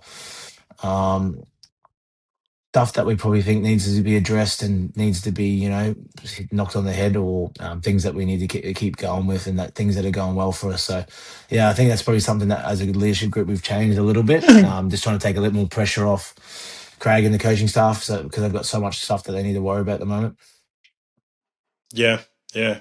Are you normally a big talker? The average fan might not realise this, but it's not always the biggest star that's normally the biggest talker. Like are you both? Like, because you're the star player, like I'll use an example with us at Manly, like Brett Stewart hardly said anything, like in video meetings or whatever. He did all his talking on the field. It was like guys like Jason King, Brent Kite, probably his brother Glenn probably had more to say. It's not always common for just say the top players to just do all the talking. It might be, is that something that you've had to work on, or is that something that you have in your game, or is that something that you say you're picking up still now? No, I've been pretty vocal probably the last 6 years, I think. Once I started to get a reputation of being the guy, or being the person that had to put the boys on the back sometimes, I felt like that was something I need to be better with, and I still need to improve with the way I probably deliver messages at times. I'm probably a bit quick and witted and very quick with my words, and sometimes the boys are like, "Wait, what did you just say?" So sometimes I need to slow down there in that way. But yeah, like I said, I've got so much stuff going on in my head that I would need to get out, and it sounds extremely smart in my head, but the minute I try and get it out, it's like far out. It's like a 4-year-old kid talking. So yeah, so that's something I've had to be better with. But trying to just address the group. I talk a lot of meetings, have my say, whether it's right or wrong. We have obviously that mantra or saying that if you see something, say something. So if you got something to say, that's not a stupid thing. So we don't leave any stone unturned in media rooms or video sessions just because someone might have a smart idea or someone might have a smart thing. It's not always going to be the head honchos or the guys that are, the leaders of this team. Is always going to have guys in your team that are outside the box. So you need to understand them a little bit more, and they might have some ways of, like the saying goes, there's 8 ways, or there's always different ways to skin a cat. So that's probably something that we've learned along the way. Yeah, that's a good point. There's definitely more accountability, it feels like, whenever I speak to anyone in their game now compared to sort of, the start of my career. Mate, we're going to go to our Compa moment of the month. Just a huge win against the Tigers, who have been good this year, no doubt decimated. I thought you guys played awesome. It was at home. And the most important part, yourself, Jerome, and Harry, just you guys being the 3 contributors, were just linking really well together. Feel like your style was a little bit different too. You're playing more direct. Is that the way? Was that something that you wanted to do, or was that just the way the game played out? Probably just trying to adapt to the new rules, Justin. Probably haven't adapted to them the last 4 to 6 weeks, so teams have been taking advantage of, Raw in the middle, playing off their 6 again. So there's so much fatigue in the game now where we probably just shifted a whole heap trying to, smart us our way out. So I think the rules are here to stay. So, yeah, we just, sometimes we probably been the club that has adapted to the new rules and done it well, where we haven't done it this time. So we had to take a step back and try and, reinvent the wheel and try and reshape what we wanted to get out of, obviously, our sessions and stuff. And we've been doing that the last 2 or 3 weeks, and it's kind of shine in our game. So hopefully we can build on that against Parra this week. I know. Yeah, it's funny. I had a take on it on Monday too. I was, talking about a few different teams, Money, and just as a fan watching it now, I feel like it's been a bit of a transition for some clubs. I think maybe you guys were guilty of it in a way where like you were so good defensively for so long, and the game's almost changed to an attacking game and an attacking mindset, and not playing in a negative way. Like you've always got to be willing to just. Like, it must be hard for coaches that have a defensive background to go, all right, like no lead is safe, continue to play footy where, maybe in years past, if you've got an 18-point lead with 10 minutes to go, you just try to park the bus, protect the lead, play high percentage. The game's just like, teams can score points in 5-minute cycles, like back to back to back. It's scary. I always, and what annoys me the most is a lot of people going, "Oh, that's how Melbourne like. If they're 14-0 up, they're not losing that and blowing that lead." I'm like, well, mate, you haven't played the new rules. Like, come play the new rules. Like that annoys me so much. It's like yeah, no one's safe. I don't care who you are. You just see teams like scoring 3 or 4 tries in the space of 5 minutes, like you spoke about, and those momentum swings when you give 1 6 again away or one missed tackle, and you try and salvage that tackle, and it could be tackle 3 or 4.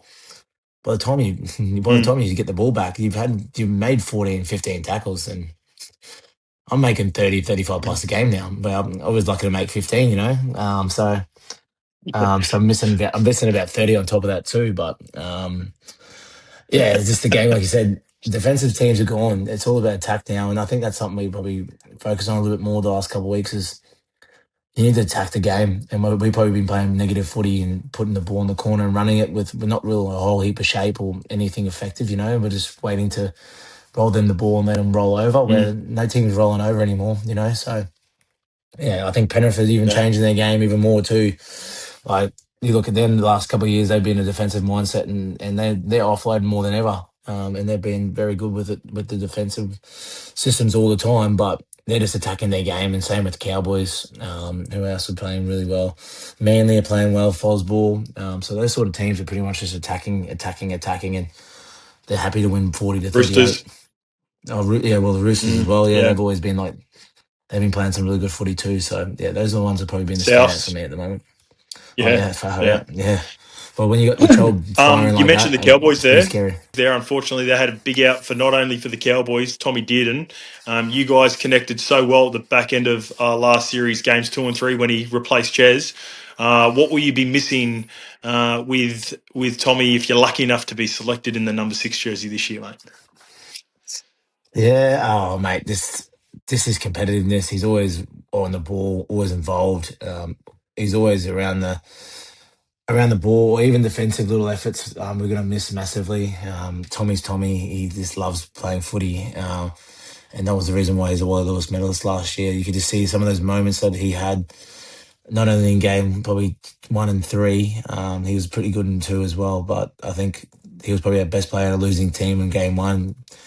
And he come off the bench. That just shows the energy and that he brought with the minutes he played. And then to game 3, it just shows what type of competitor and caliber player he is. I was more happy with the way he defended. There's a couple of try-saving tackles on guys like Brian Tyle, scrambling with Latrell Mitchell. They're not too easy beats. They're two of probably the best one-on-one, evaders in our game. So for those two guys to be able to get tackled by Tommy and he put his whole body on the line, just to stop those tries or be in the picture, just shows how much he wanted to win for Queensland. And he typifies and pretty much epitomises what we are about as Queenslanders. So he's sorely missed, but yeah, I'm sure someone's going to get their opportunity and hopefully they can deliver. Do you think Billy will reach out to you in the next couple of days? Would that be something that you think he would, seek your advice? Might not be the final stay, but you expecting a call from Billy in the next couple of days, maybe chatting about that? Yeah, I reckon Bill might give me a call. Hopefully after the Magic round. Obviously, we play Eels on Saturday, so he's in Brisbane at the moment. So yeah, perfect. So he'll probably give me the nod or have a bit of a chat to me in person if I've staying back or not, because after the game, I'm pretty sure the camp goes in after that. So he'll probably announce his squad on the Monday, but I'm pretty sure he'll start making phone calls around to teammates or blokes around the game in the next couple of days. So hopefully he has my number still. all the best, mate. Hopefully you're good and you're back in that skipper and you're raising the trophy for us again, brother. Hey, some big news dropped today as well. Ivan, Yeah. he's going to finish up at the Panthers at the end of the 2027 season. Were you at training? Were you around the boys? What were the vibes like around the Melbourne Storm facilities around Ivan finishing up in still a year and a half to go, and Peter Walsh will be taking over? Yeah, it's an interesting one. I was probably shocked more than anyone. I feel like he's done so much in the game already. Look, when you look at it, 4 premierships in a row, probably won't be done for a long, long time, probably before I pass away. But just the way what he's done with that group of players, developed them. He's obviously got some good young kids coming through that development with their pathways that they do at the Penrith Panthers. And look, congrats to Peter Wallace too. Obviously been waiting a while, so he's going to get an interesting crew. But at the same time, you look at the blokes that are off contract, it's like, it's going to be interesting to see if they can keep a couple of them, if not any of them. But for Ivan, it's a taxing job. Everyone probably thinks how rosy being a head coach is. But you see firsthand that what they go through and what they do video-wise. They're probably watching a game 4 hours of the same game, and clipping it up, and they're doing games after. You might play, for example, Para this week. They're doing Parramatta games 2 weeks ago. Their trends, there's certain things that they run. They're constantly on the laptop. It'd be frustrating and doing all that sort of work. And I couldn't imagine what Ivan's like.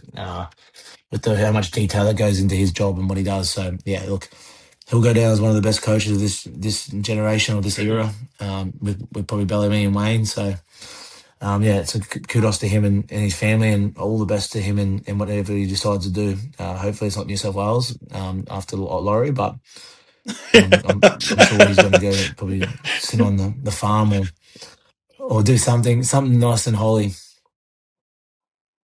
Yeah, it's a scary proposition for Queensland, isn't it? Like, he's done such a good. I guess the last part of the chapter that a lot of people, when they're ranking Nathan with the all-time greats, is getting those dominant wins or having big performances at Origin. Geez, it would be nice to if his dad was alongside him for not for you guys potentially, but it'd be very intriguing as a viewer. Oh yeah, there's probably something they spoke about, or even he's spoken about, maybe even for Aussies. I think he wants to do international footy. It'd be pretty cool to have him as a coach. He seems like a very cool cat. So he seems like a very humble guy, which you probably wouldn't think he would be due to the fact of what he's done in the game so far. So, that just shows the person he is, and I've got so much respect for him and continue to do so. And I just want to wish him and all the Clearys all the best with whatever he wants to do. And then Nathan, maybe just wait and come off contract after I am, please. So that's pretty much it.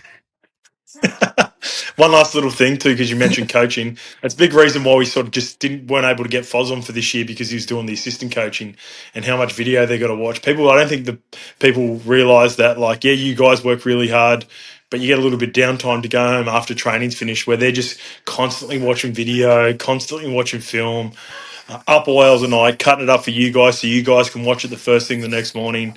And now it's gone even more for what Foz is going through. Just quickly on Foz, for us we've been doing this the last couple of years, are you blown away by in any way by what he's been doing at Manly? It doesn't shock me the way Fozzie goes about his business. He was a very smart man, very smart footballer. Everyone well respected in the game.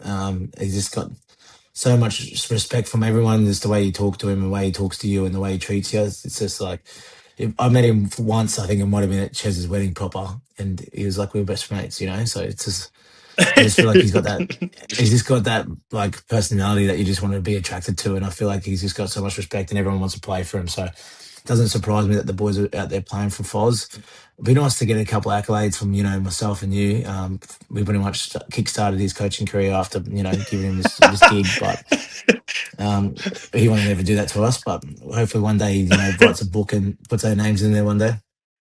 Yeah. We kickstarted his media career. The media career got him a coaching gig. The coaching gig as an assistant got him a head coach. And now he's probably going to get a fucking 3 or 4 year deal, $1 million a season, the next Ivan Cleary. Yeah, you're welcome, mate. No, any chat. Well, all the best, brother. Hey, I'll be up there. We'll probably see ya. I'm going to be hanging around Saturday, so we'll flick you a text. Appreciate you doing this. This has been brought to you by Compa. That's a proper Compa moment. World famous tequila, and we always appreciate you, money. We appreciate you, mate. Thanks so much. And so does Lenny. Hello, Lenny. How you going, See you, brother. All right, there we go, Mace. So we were talking about comment of the year before the Munster interview there that we just cut to. Yeah. L1 from day one. Yeah. His name is Adam. Oh, it's Adam. It's Adam. He was in Okay. our live chat. Oh, yeah, someone wrote this too. Well, I deleted it. Someone We wrote got notes. Someone I had this in my old Miller notes before the Ivan news dropped. Someone goes, what did they say? Plot twist. L1 from day one is Buzz Rothfield. Because you were talking about he's better than gotta be a Journo. It's better than Journo. I did say that. Hey, here's some good constructive criticism around FOZBALL that I picked up. This one comes from Elliot Martin. Hey lads, not having a crack here, but genuinely curious. I keep hearing in the media how good Kieran Foran was at 5'8" from people like Scope, Matty Johns, etc., and how his presence around Joey Walsh will help mould him into a great player. Taking a step back and viewing Foran's career holistically, you see him win a premiership in 2011, come close in 2013, and then have a number of years with teams that missed the 8. No doubt he's a hard C and he trucks the ball deep into the line, but is he getting more raps than usual because he's a good bloke and has mates in the media? Also, Matty Johns warned of this exact scenario with Foran. You will see interim junior coaches win 6, 7 games, and calls will grow louder for them to be appointed in a permanent capacity. The difficulty then lies in backing yourself and being confident to make the right calls. It's been downhill for Manly since he took over, playing with zero expectation or pressure. How will he go when he starts to face inevitable challenges in the following years? Sounds like I'm hating here, but keen to hear your thoughts. Now, Fozzie's career part of it, and this is where I've got some notes. I just want to get this clear. Foz's best years were crippled by injuries and also off-field battles. Things he has spoken about at length, openly with us or on other platforms. He's talked about his journey, how he'd love to have some of those moments back, some things that he went through. I actually think that those setbacks, that's a positive for his coaching career because he's actually been through the wars. He's lived the really good at the start of his career and went through a really tough period. And then not only doing that, he was able to finish at the top of the mountain as well, 300 gamer, which is not easy. So to go through everything that he went through, I think that's going to serve him well. I think that adversity is going to serve him well as a coach. No doubt your second point, that has been my biggest concern as a mate. The second point, mate, what Matty said, at the moment, everything's cherry ripe at the moment. Things are going well for Manly. I said it a number of times, but I just want, because I think it's important to sort of reiterate and affirm now because we love Foz so much and we're rooting for Foz. It's no doubt, as a mate, it's my biggest concern for him and his coaching career. I would love to have seen him get a couple more years as reps as an assistant coach before he got given a first grade job. But this opportunity is too great to turn down, and I can't see a world in which it does happen. Yeah. So now it's getting behind him, and I think if there is one person who can pull it off, I'm going to back the human in Foz 100% because I've lived, 3 good years with him as a player. I know what he's like as a clubman. I haven't seen him as a coach, but I'm going to back the human to get the job done, even though he'd be an outlier. I think everything that you just pointed at there with what he's gone through as a player and as a human just does him the best in coaching, right? He's learned, he's grown, he's evolved. He's like the perfect person to coach a team now, because of his history. He's been through everything in the game, ups and downs, this, that. There's nothing that he hasn't been through with success, with lack of success, with injuries, how to get through everything. He's been very open about his mental health and everything like that. That is the coach you want. Like, That's gonna come serve on, him man. well. It's going to serve him well. So Yeah. when he goes through these ups and downs and losses and that, it's like, fuck, this is part of the game. He ain't going to sit there and just fucking stress about it and get all depressed and everything. He's like, this is part of the game. He's been through it as a player. Now he's going to go through it as a coach. How does he go through it as a coach? We don't know. I'm pretty sure he ain't going to be one of those ones who's going to be stressed out and just fucking looking all depressed in the depressors, right? He's just going to take it and as a learning curve all the time. So Here's one for you. I think he's the perfect man for the job. After we finished yesterday with money, we actually finished and we're just having a little bit of fun with the Fozzie. I said, how good is it to see Fozzie? We had a little bit of a chat about it. And then once we got off, I was like, fuck, money, here's an example of what some adversity can do for you. Like, money has had to just go through for the first time in his fucking career, losing more than 5 games at NRL level. Like, he said Ever. He said he can't remember more than can't 3. remember ever, he right? wouldn't have. So, like, yeah, you'd love to have a perfect resume like money, and that just, that's a cool thing to have. But money said he had multiple people just texting in, going, check it in, how you going? He had that really open conversation with Sam Thaiday a couple of weeks ago about, and understanding how football goes. Like, when you go through the roller coaster, the lows can also serve you well for life after. Yeah, So, depends how you attack those things and how your mindset. exactly. And I think his mindset money's is still strong. figuring that out as a leader, as a player right now, let alone a coach. So You want a coach who's actually played at the highest level, like this guy, who's been through the fucking ups and downs, the fucking whole washing machine of the NRL, the roller coaster, what they call it, and come through the other end as a fucking legend, right? And now, like, obviously, this has fallen at his feet. He didn't plan on it, but it's gone and it's hit him, and he's gone, well, what do I do? it's a challenge. Just does it like he does Foz things, right? And I watched Shawnee Johnson just sort of go, the way that he empowers, like, he used to empower his Shawn clip- Johnson. his clip when I was and I'm talking just like, what he'd be doing with Joey Walsh and all these young guys that are like, underneath his regime now. It's like he'd be empowering these guys. They'd be feeling like fucking Superman when they run out. That's what it looks like. The way that Foz, he's always been an old soul, right? He knows how to articulate words. He knows how to inspire people just naturally. He's got that aura. He's always had it. I met him when he was a kid, and I'm like, is this kid fucking 30 or what? He's always had that. He knows how to roll. He knows how to own a room. He's got that. He's just got that knack, having a good chat and all that kind of stuff. Imagine what he's doing with these young kids. I don't think even young kids. What about Fucking anyone? Jake Trbojevic. Jake would be loving it. I think an underrated person. He's brought out the best in Luke Brooks. Yeah. Yes. Yeah. Like, He's competed against him. Like, you think about all the pressure that Brooksy's been under through his career. No one has said a fucking peep about Luke Brooks in the last 5 or 6 weeks. Been outstanding. Imagine the conversations that they're having together. They wanted to get rid of him at the start of the year. Well, exactly right. So Foz has lived it, been through it, understands the scrutiny, the pressure, high marquee player, a lot of scrutiny. I reckon he's been excellent for Luke Brooks. There's no better man for that job. And still, they want to give him the job. It's up to Foran if he wants to take it. He can still go, no, I'll just go back. Assistant coach. No chance. We've got someone who gave us some information around Mel Meninga too. We were talking about him living in Canberra. Confirmed. This one comes from Pat Bruz. Hey, bros.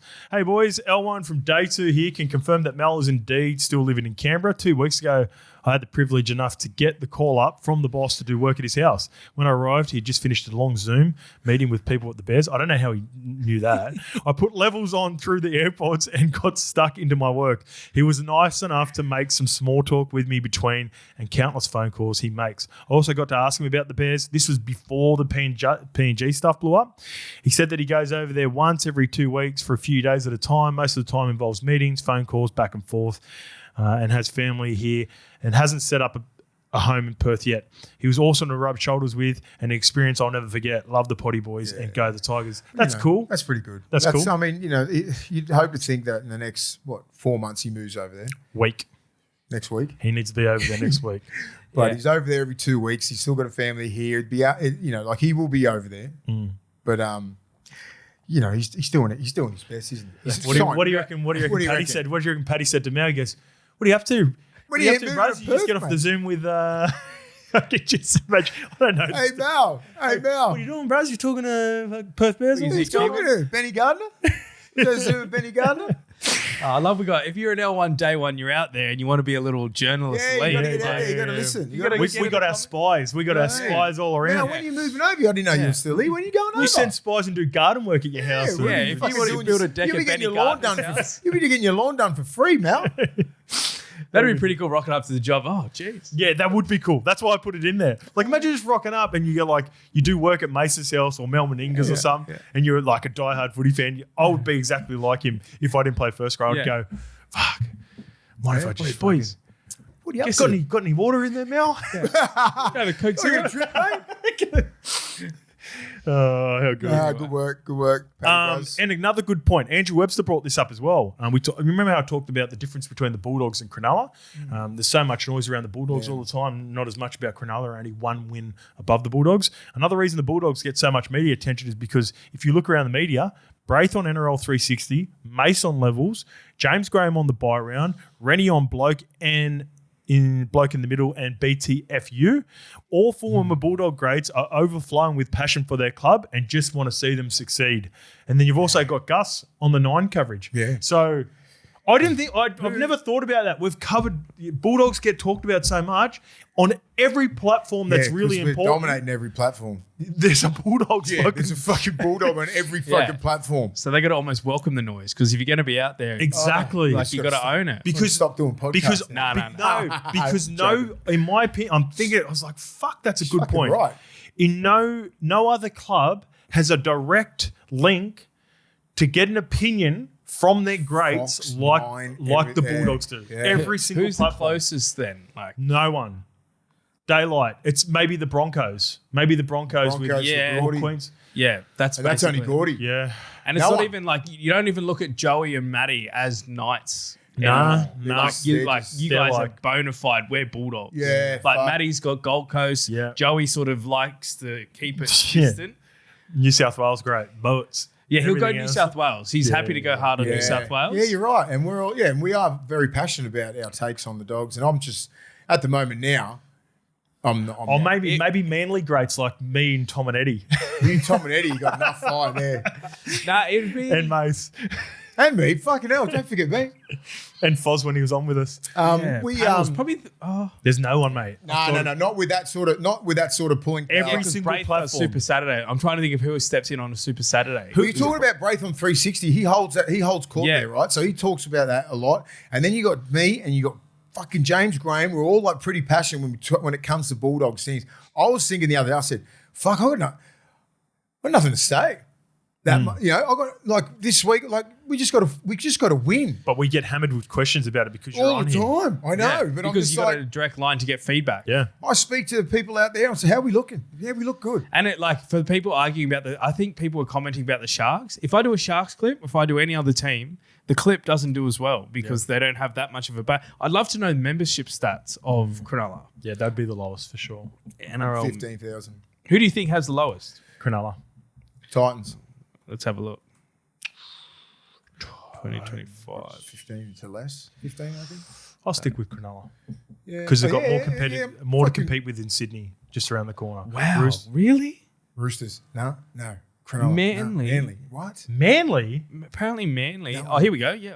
Cronulla 17,000. This is it. So it's on the NRL website, nrl.com/membership. Yeah. Manly's not posted, but apparently they were 15,000 2 years ago. Para 36. Not 20 anymore. plus now. Nah, they've been selling out Brookie for 2 years. I guess you have to That's a reflection. 100% it's a reflection. Yeah, so Cronulla Sharks compared to Raiders. So Raiders are 27. Sharkies are 17. Storm 31. Dolphins are 28. Yeah, Sounds Dolphins good. straight away. Dolphins. Yeah. 36 Eels, 19. They had Redcliffe fans. They didn't show up on fucking last Thursday. 19K Cowboys. 32 Knights. This is 23 Roosters. What Dogs got? 30? 40? Dogs is not published. This is 2025 membership stats I'm going off. So according to Broncos Google, got the most. Yeah, easily. Yeah. They're like, I think they're Broncos biggest one, 50. Broncos Dogs, 60 plus. 60 plus. Para would be huge. Para as well. 37 plus. I think the Newcastle Dogs are like 32. 40. Dogs are close to 40. You know, he did a good job of that before he finished up. Was Richo with the Tigers got their numbers? Right Yes, up there he too. was making a big thing about it. Yeah. He kept talking But about it's it. a big membership drive on most clubs now. Yeah. Fucking try and get as many There's as so you many can. ways you can be a member. Like, I'm not a ticketed member. I'm just an online digital member. So that means I can go to the game when I choose Stop to. being cheap, mate. Get behind your team I'm a properly. life member. Yeah, Mace is a life member. He doesn't I'm a even have life to member, pay mate. Do you get anything for that? No. tickets know. whenever he wants. Rock up to games yeah, whenever no, he but wants. is there It's sort of- anything physical It to sort of just commemorate? happens anyway Like because I'm he's- part of the club. Like I'm like, Yeah, true. I don't even lean on the life membership. But it's not like or you get anything like a that. key to the city. But if- sort I of thing. think so. I think you would. Have you got a key to any city? Fucking Toronto. Toronto West. Just had a quick little one here. This is the DEARDEN interchange. This comes from Extreme Stromer. Extreme. Extreme. Not even Stromer. extreme. Tommy didn't go off because they had no more interchanges and didn't want to leave the team without a 13th player in case they didn't sin bin the Eels player. As soon as it went to overtime, they got the 2 extra interchanges and Tommy left the field. We're talking about Tommy being a tough cunt. That is incorrect. The reason I've put it in here, sometimes I reply to people, sometimes you got to let people know. I'm watching the game. Tommy's tough as fuck. Tommy, Full stop. so Tommy got injured around the 62, 63 minute mark. Thomas Michaele was subbed at the 67 minute mark.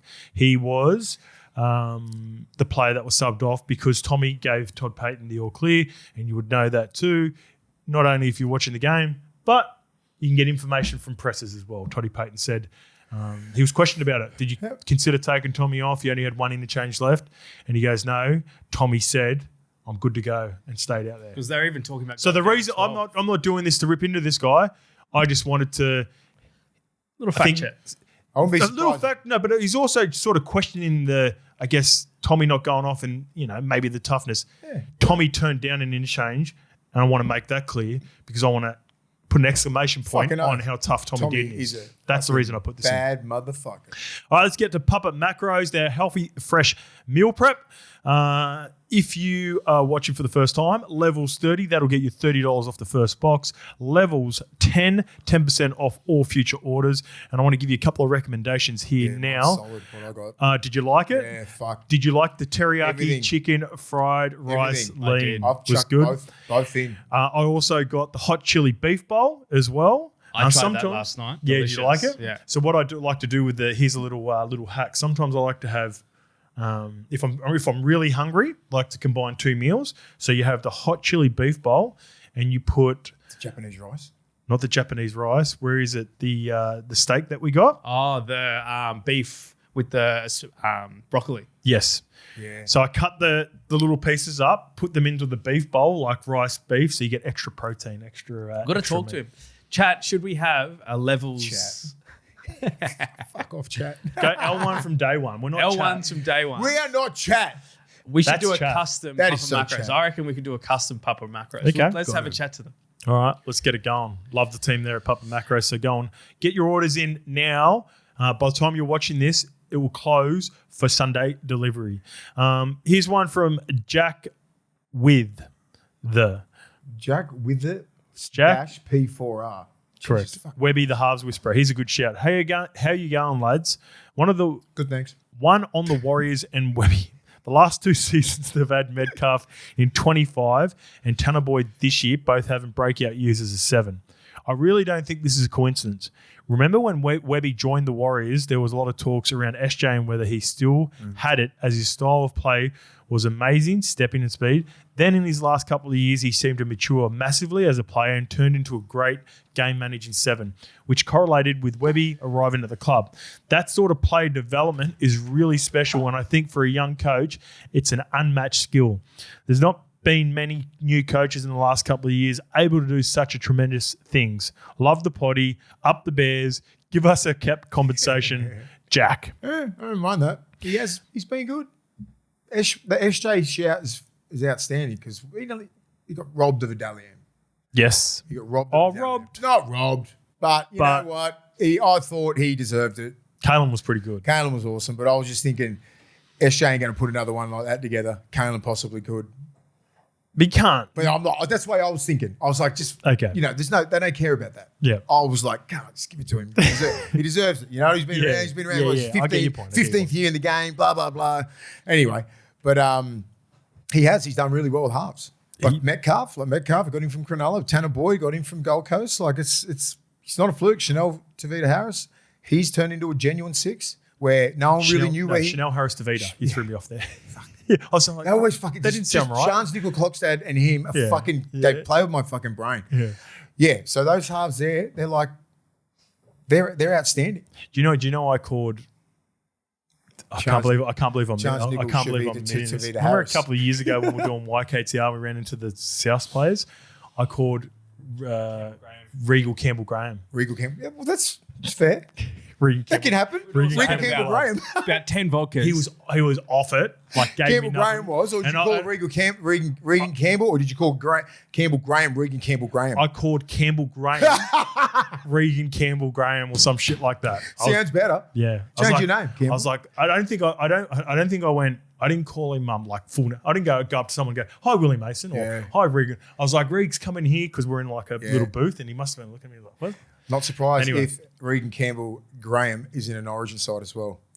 Or Campbell Graham. Or Campbell Graham. Regan Campbell Graham. Back from the Broncos. Yeah. Regan Campbell Graham can fucking be on London the wing Broncos, somewhere. All right, so now this is off the back of the Warriors have released a statement on the future of dropped playmaker Luke Metcalf, who is free to explore his options for 2027, being contracted until the end of 2028. He only extended last year, Mace. He's been beaten out by both Tanner Boyd and Chanel Harris Tavita, and the Warriors fan base. They are furious at Metcalf. That's a lot of faith in those two, and then there's no backup. Well, here's to my point. This is the reason I put this comment in to start. Webby, I've talked about how well Webby has done with journeyman players, developing players, getting them to play their best. There are so many examples. Jackson Ford, Mitch Barnett, we've both put in and around Origin selection. Well, Mitchie's already played. Yeah. I've got him in my Origin team this year. Chance Nickel Clogstad was playing reserve grade for Canberra before he made the switch. Already had a breakout year. But, I know. Yeah, but there are examples of Jackson Ford's your best one, though. Yeah. And there are so many examples. Anyway, what he's done with the halves has been unreal. And I think a part of this now is because he's done so well with Tanner Boyd, Chanel Harris Tavita. Not only that, Luke Hanson played one game, looked okay. Wade Egan, was he doing shit before that? Before Webby got there? Not to this level. No. So there's another one? Great shout. They've obviously got Jack Cleary, who's doing his thing in the New South Wales Cup. And we had a young kid, Warrior Holic, who calls in all the time for SEN, said there's a young kid called Thompson who is progressing as well. Mate, this is, as much as it may be hard for the Warriors, and they might be, filthy at Metcalf for not fighting his way back through the injuries that he's had to get back into first grade. This could be one of those real rare situations where it's best for both, where they clear out, imagine Metcalf would have got at least 600,000-700,000 to stay. They clear some cap space, and Metcalf can go, if he can stay healthy, go and be a premier option. He's a premier option somewhere else. And a big sign.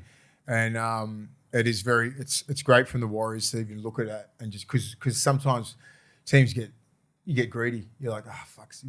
Maybe if Tanner Boyd goes down or Tavita Harris goes down, is that it? Harris Tavita. Fuck that. Fair. Bad day. No. He always does it to me. I'm like, fuck.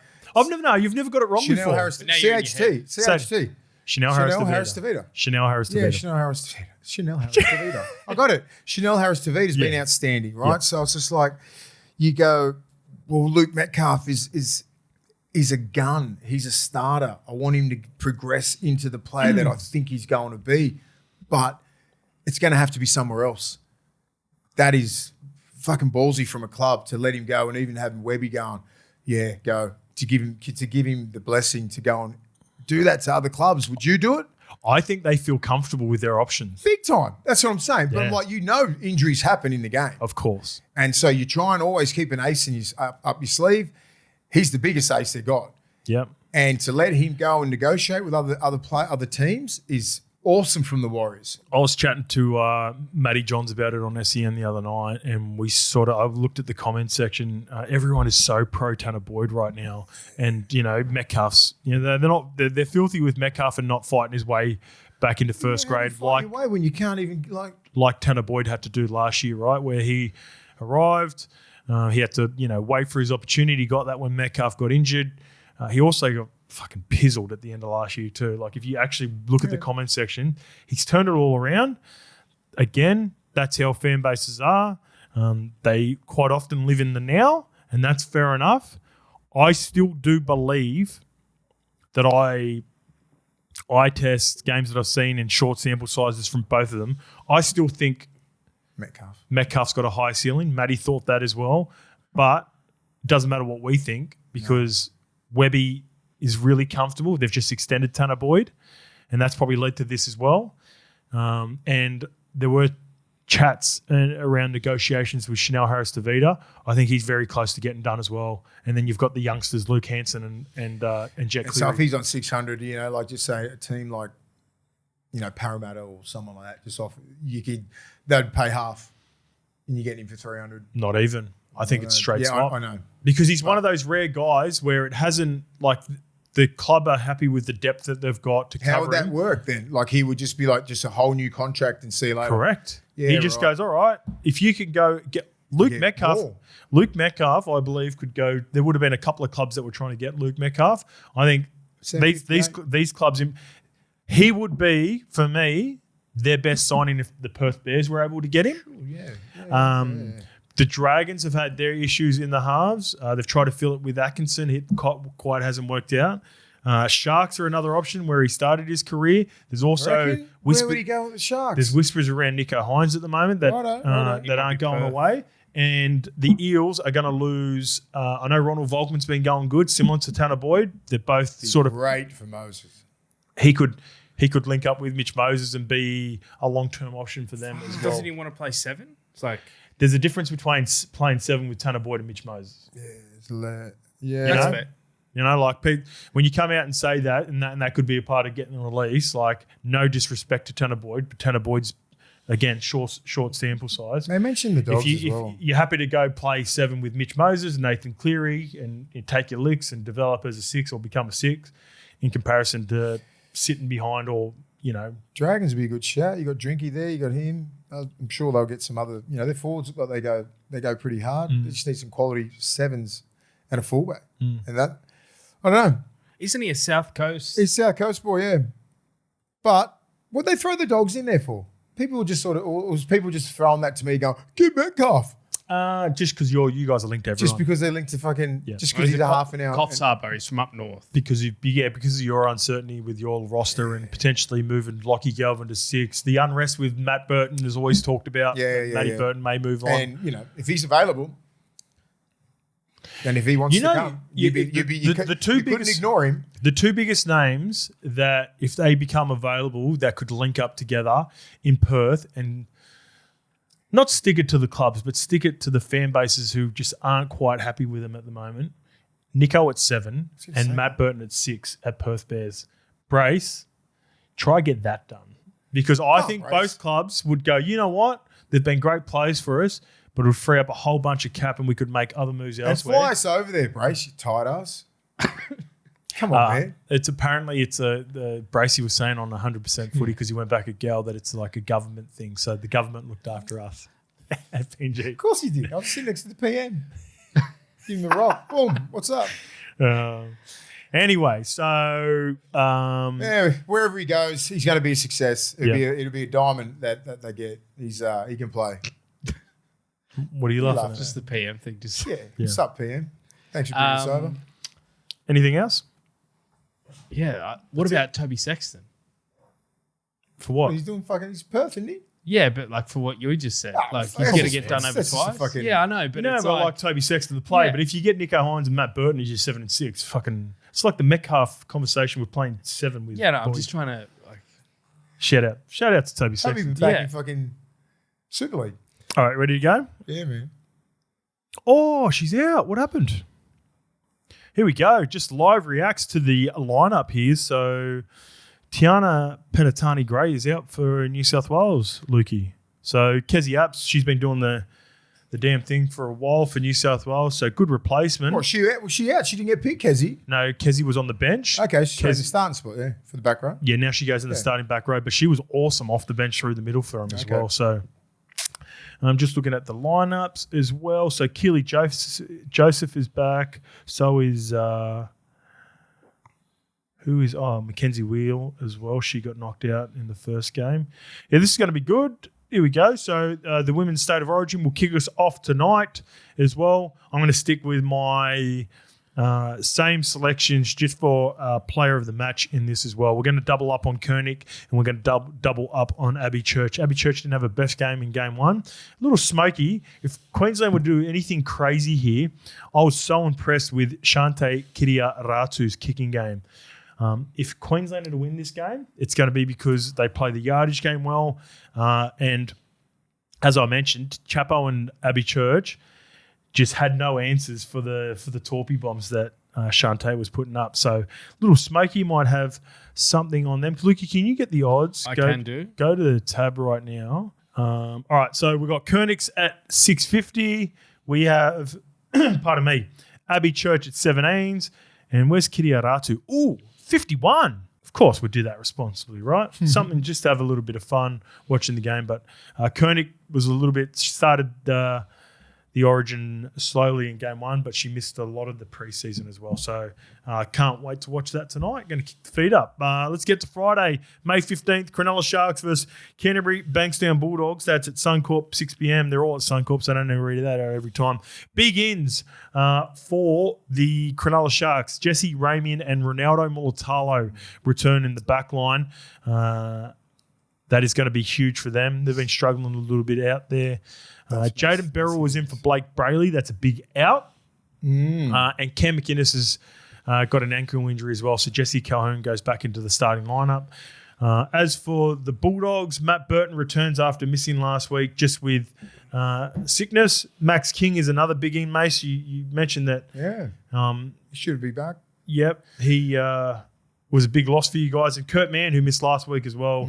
I know how much you love Kurt Mann, so that's another. And he'll be looking for a massive game as well. Like, so most of these guys that we have in our, like, just say, Fanua Blake, right?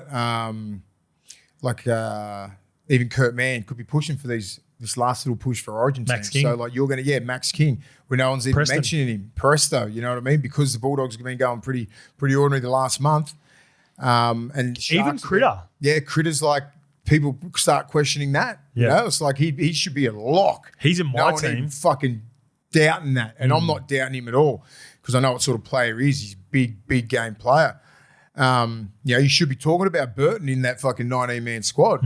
We should be talking about Burton, but no one is, and that's what happens when you lose. So I'm looking forward to this game, man, because we're at that level now. It's like, fuck, it's desperate. We always talk about when we break the year up. You get the Magic round, you get through Origin, finish your Origin, you get through that other shit. We haven't gotten the first third of the year right. You can still get through this Origin bit and get on a bit of a roll because it fucking starts now. Well, if you want to get in a little roll to kick off your Magic round, Cronulla Sharks are $1.55 with tab. Bulldogs $2.45. The line is 5.5. How do we win? How do you? I think. Play like we just same energy how we come out against the Dolphins, right? Yeah. We've got to execute, and we can't just give away free ball and give away stupid penalties and make mistakes. That's it. We had them on the right. It was 12-4 there. Shit little ball. Depth wasn't right. Boom, boom, boom. Try down the other end. Forward pass, this, that. Then next minute come in at 16-12. You're going, how the fuck did that happen in 6 minutes, right? So you've got to play a little bit smarter.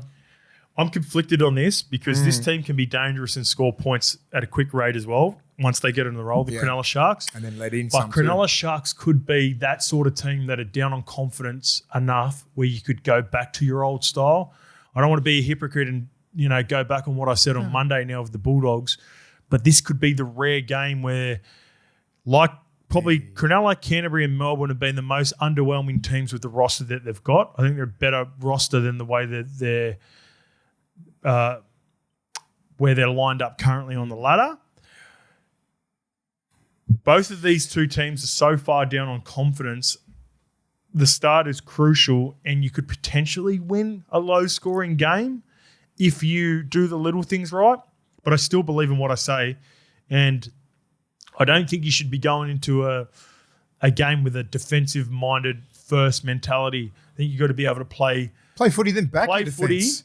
but also not like, I'm not talking about like offload the ball every fucking tackle and that. No. Whatever structures you do well, be willing to play them, be willing to pull the trigger.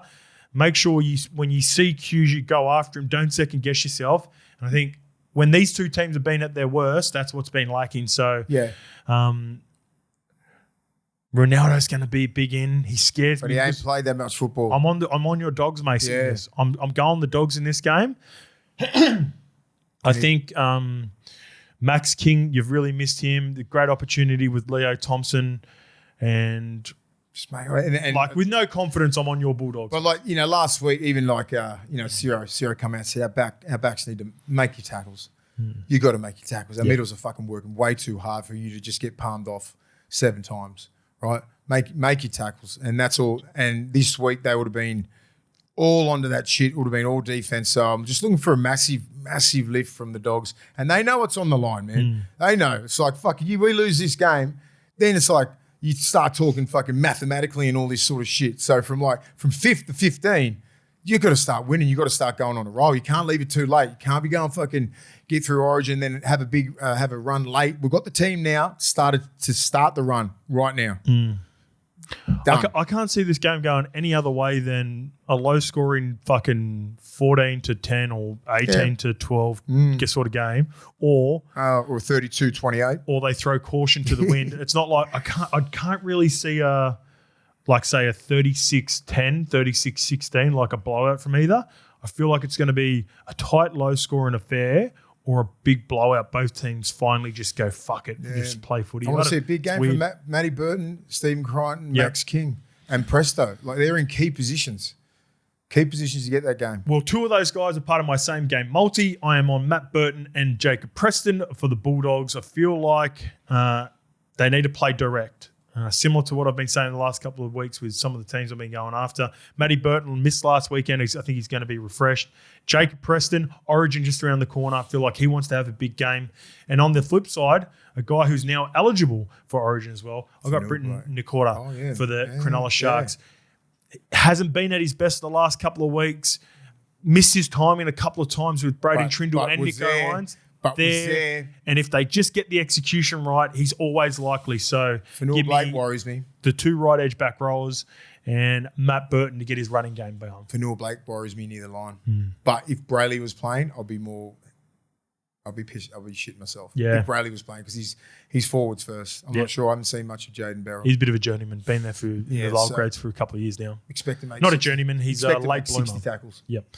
All right. South Sydney Rabbitohs versus Dolphins is after this. This is at 8 p.m. Troll Mitt is back, so the real Latrell goes back to the extended bench. On the wing is Bailey Bentley-Harpe because Alex Johnson couldn't even take the try underneath the post once Latrell Seawalt put him over for a try. Keoma Kolomatangi, he has also been named in the front row. There's been rotation, swapping and changing from Wayne with the starting lineups just to mix up their looks. But Keon has a great opportunity to put his best foot forward. All these players, man. As for the Dolphins, the junkyard dog, Kurt Donahue, just trying to get that hammy right. He's named in the extended. Aside from Avarillo, I think this is the Dolphins' best. It is. Best 1 to 22. What do you do with the Bostock when he comes back? Well, Bostock's back. When Avarillo comes back. That's fucking awesome. I would personally go Avarillo to centres and Bostock to Selwyn's wing spot, but I don't think they will. You can't. You can. Yeah, you can. But What, you take Selwyn out? Yep. And I think that's why Selwyn's playing like he's playing, because he knows when Avarillo comes back, the Bostock ain't just going to be fucking. It is. The iron sharpens iron. There you go. Wear it. You should be wearing it every day, Selwyn. Well, they'll be sharpening their iron out there. $2.20 the South Sydney Rabbitohs, $1.67 the Dolphins, and it's Whoa. 2.5 is the line. All right. Yeah.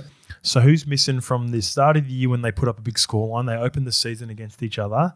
So we've got no Jack Whiten. I'm fins up. Fins up for this. Ashton Ward played in this game, hurt his ankle. We've got no... Yes, Cheese wasn't playing in that first game either.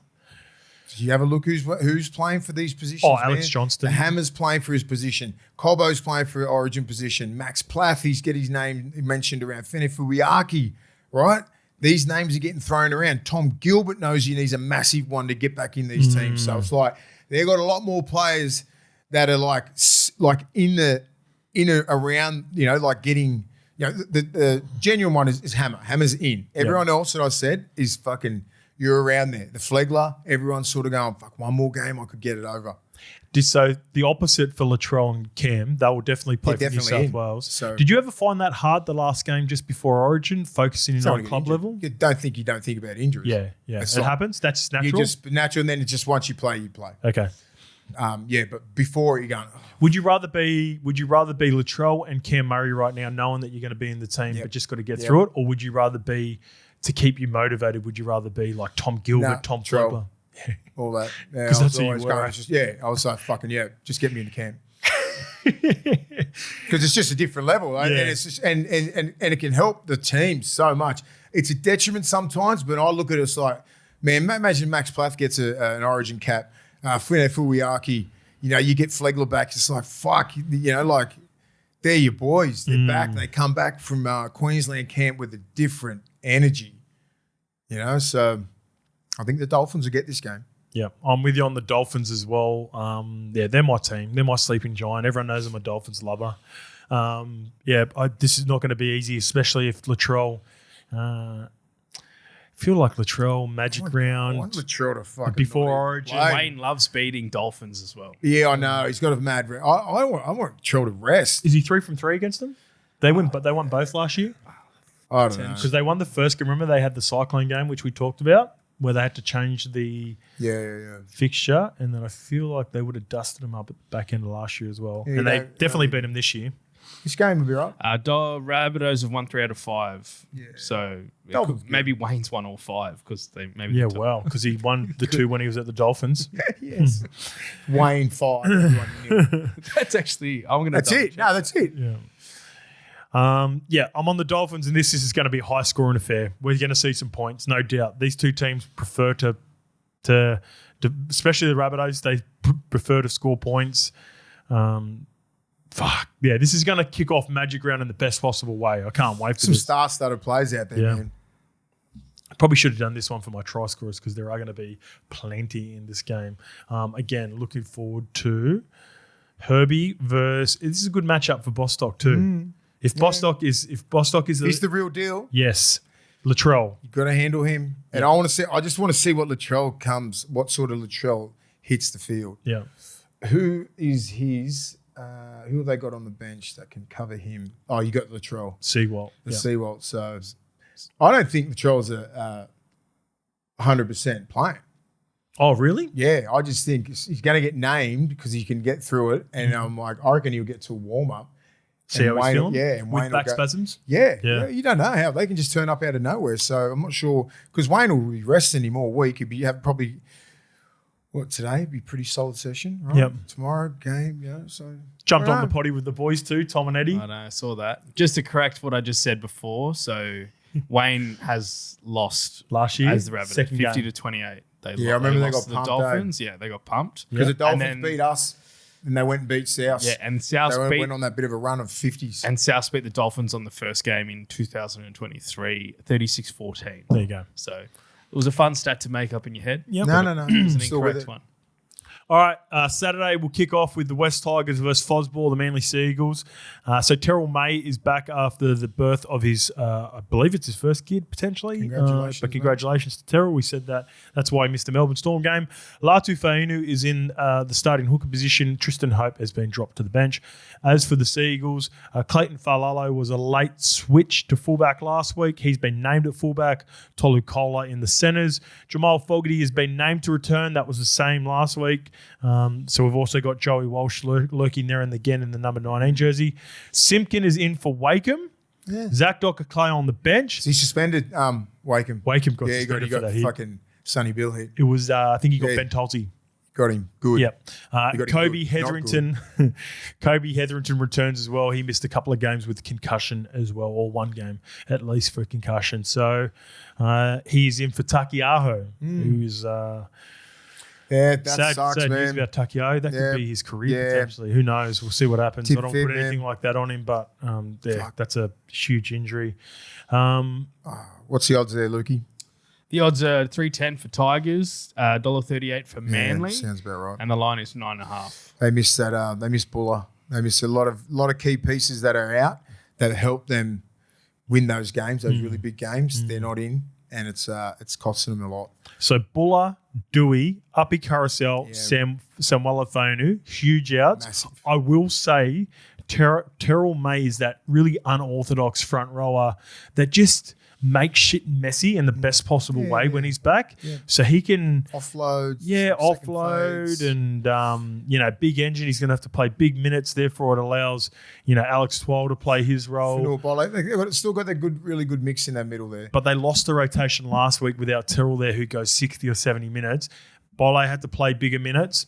Fatigue the shit out of him. Alex Seyfarth has only been playing 10 minutes a game. He had to play bigger minutes to account for it. Royce Hunt had to play bigger minutes. So I think with Terrell back, that's huge for him. But obviously who they're going against on Manly at the moment. Yeah, Manly are red hot. I just think they've got too many weaknesses in there. Just their depth, like when you're putting Maverick Guy on Tristan Hope, you want Royce Hunt to play some bigger minutes. It's just, they're just down on troops, just the depth. Like when they got that fully stacked team 4 weeks ago, you're like, I'll back the Tigers against anyone. The brand of football that they were playing, but now, a few players out. Seagulls are on a bit of a, Seagulls are on a heater right now. Good luck trying to get these guys. Yeah. It's going to be a fun watch, though. Yeah. I think that game, another one that's going to be high scoring. 3 o'clock in the Arvo. I know we've had a bit of wet weather down here in Sydney. Yeah, it's going to be pretty shitty up there too. Is it? Yeah. Over the weekend? Yeah. A bit like last year, remember? Spewing. Just rained for fucking 3 days. Yeah. I checked the forecast. Did it rain? That's right. Yeah. It's down the rain. Yeah. Saturday is light rain 23. Yeah. Sunday is light rain 22. It'll be that annoying little bit of rain that makes the ball fucking Friday is the mostly sunny. So beautiful. All right. So Dolphins versus Rabbitohs, that's what we want. Yeah, nice dry pitch for that game. That'll be fun to watch. Sydney Roosters versus North Queensland Cowboys. That's at 5:30 p.m. We have... Yes, I do have a multi for this game. All right, so Lindsay Collins is back after missing a week with concussion, so Spencer Leniu goes back to the bench. Connor Watson, he's in for Victor Radley, who's been suspended. Rad's got suspended for a week. As for the Cowboys, huge... big congratulations, but huge out with Tommy Dearden. Liam Sutton, remember him from the start of the year? He's that hybrid Purdue sort of 6 halfback or 5'8" option who played in the centres for him. He gets his debut. Yep. Big out in the front row. Jason Tamalolo has been rested. Thomas Michele is being promoted to the starting lineup. We've also got Matthew Lodge. Yeah. Cohen Hess has been moved back to the bench, so Lodge gets a start in this game. And Xavier Kerricks. What about number 18? What about Greg? It's got a bit of who's the Dolphins player that dominated Magic Round? Valence Tafare. If he gets on. I remember that, Did you see the Dolphins posting it? Yeah. Sydney Roosters, $1.22. North Queensland Cowboys, $4.30. The line is 14.5. Victor Radley was close to my New South Wales Same. side. I'm thinking he might play a part. The suspension fucking didn't help. Yeah. He needed this game. If he had to carve these blokes up, I was thinking he could be, he's your perfect man. He would, he's definitely going to play a part in this game, in the series. I hope to God, because he's playing good enough football. He's playing probably some of his best footy he's played in his career. But Roosters going to be hard to beat here. Very hard. Connor Watson. And this is where you're talking about Teddy, you're talking about Toya, Sam Walker, Lindsay, Spencer. These guys are fucking Angus. Ches. You're like, these guys are going for origin spots. And these guys, there's a couple of locks in here. But there's a couple of fucking, we'll see on this. Imagine if Jake Clifford carves the shit out of him. Hey? I would, yeah. What happens then? Yeah. Come on, man. Who's got to buy next week? Purdue, Lukey, a lot of the teams do. Yeah, and have a look. Yeah, Purdue, Clifford.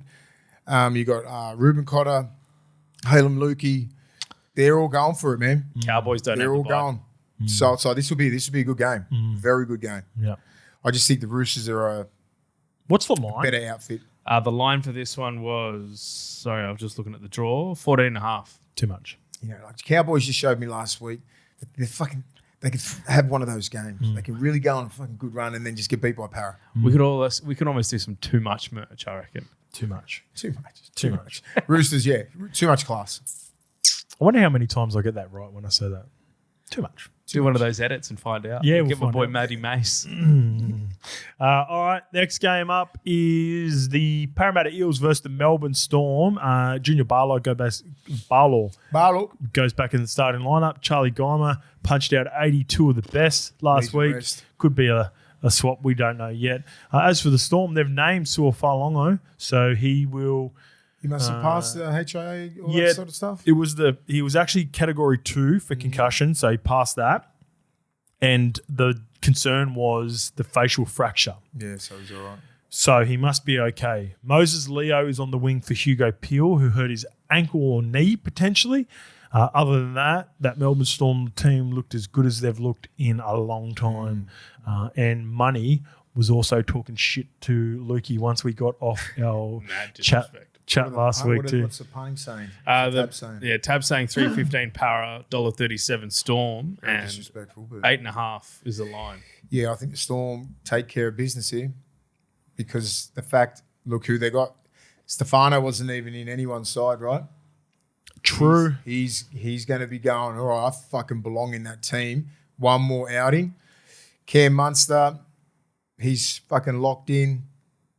Harry Grant, both these guys. Trent Liero, another guy who gets his name thrown around, needs a massive game to put there. Not be on the bench somewhere because he's played Origin before and he's been playing pretty well for the Storm, even though they have been getting beaten. Fox? The Fox is involved. I was nearly getting Fox. So Fox, and only because Dylan Edwards. I didn't even think of the Fox now until a The Fox was fucking in my side. I'm just like, but I just think of how the game's going now, how to get out of the yardage. Like, they'll be kicking his way all the time, trying to get him on play twos. Because, like, I know he finds the ground pretty well, but, like, I don't know. In order to have the Fox in my team, I would have to remove Katoni. Yeah, there's a lot of moving parts there. And it sucks because he's an out-and-out Origin player. He can play at that level, but it's like, I think the game's changed and the rules and just like him coming out of yardage, I'd rather Dylan Edwards or Toto, obviously, and Teddy and all that. Just that combination. But if he's in the side and he'll be playing like he's going for that. Fox is a genuine shout. Yeah, Incumbent proper. Aussie winger. Huh? Incumbent Aussie winger. Yeah, he's incumbent Aussie winger. Exactly. Yeah. He worked his ass off to get that spot as well. So obviously there's different selectors and everything like that. So Origin's a different ball game than Test football. So if he does miss out, it is what it is. But he could do a job. We've got the buy. He looks like he just could do the rest anyway. It's a good matchup, Will Warbrick and Fox. Warbrick looked like he was on one last week. Brian Kelly's been playing awesome. Yeah. Shout out to Brian Kelly. Since the Doggies game. Yeah, he had a fucking really bad game against The Titans not game. sure, yeah. Titans game, yeah. Real shit one there. Yeah, everyone was awful. He's been Everyone was awful in outstanding that since. game. Storm, I think they start their run now.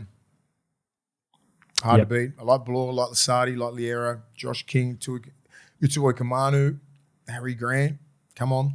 Oh, fuck, I wish it was good hot weather for Sua Falongo and it'd be dog shit, Joash this one, Papali. 7:45. That's fucking. It'll be chopped up that field. Yeah. How many dummy fake goosies do we see from Joash and Sua in this game? 70. Unders and overs. What's the line? 10. They both 10? just love just going. 10? That's skip it actually across. where Tab have set the line. That's on 8.5. Do you reckon it's 10? I reckon it's 5 from each. Double figures. Yeah. Double figures for sure. Throws them off. Yeah. All right, let's get a Sunday. We've got the Titans versus the Knights. Hannay is stuck with the same 1-19 that just went down and were brave, I thought, against the Roosters. Got blown out late. But guess what? Holbrook's done the same because they absolutely pumped the St. George Illawarra Dragons after the 7-minute mark. So they were good for 7 I minutes. knew man. that clip would do good. They went good for 7 minutes. 7-minute abs. yeah, Kirk Gidley. Kirk Gidley straight onto it. Yeah. 6, not 7. I love this though. 2 new coaches, different parts of the different States. Parts of different the journey. states, but parts of their journey, but on positions on the ladder. But just coaches understanding that they've got something here and they're building in different ways. And It's more that probably the Knights have had a good roster and just been underwhelming, where Hane's trying to build a roster there at the Titans. Different parts of their little coaching journey. Yeah. I think the Knights from last week, man, they just look. They can just if they attack like that and defend like that every game, they're going to be in every single game. They looked so dangerous from everywhere. Dylan Brown compliments Kalen Ponga and Fletcher Sharp compliments Kalen Ponga and Dylan Brown. Like, we thought, how the fuck is this going to work at the start of the year? I was like, and that's the coaching. I saw Justin Holbrook on SEM with you, Fletcher Sharp getting the shout for Matty. Yeah, he might even be in there. That's So the wrong pundit. For Origin, yeah. His Soon. name's going to be up there. Like, it's that swing position, like the benchies. Soon. Dylan Lucas. If he wasn't injured, I think he'd be a lock. He'd be in my team. Dylan Lucas is going to be up there. So, like, you don't know where he's going to be. He could fit on the bench somewhere because he's back row centre. If Fletcher Sharp didn't get injured this year and they're playing the way he would have been over Casey McLean for me. Bradman Best.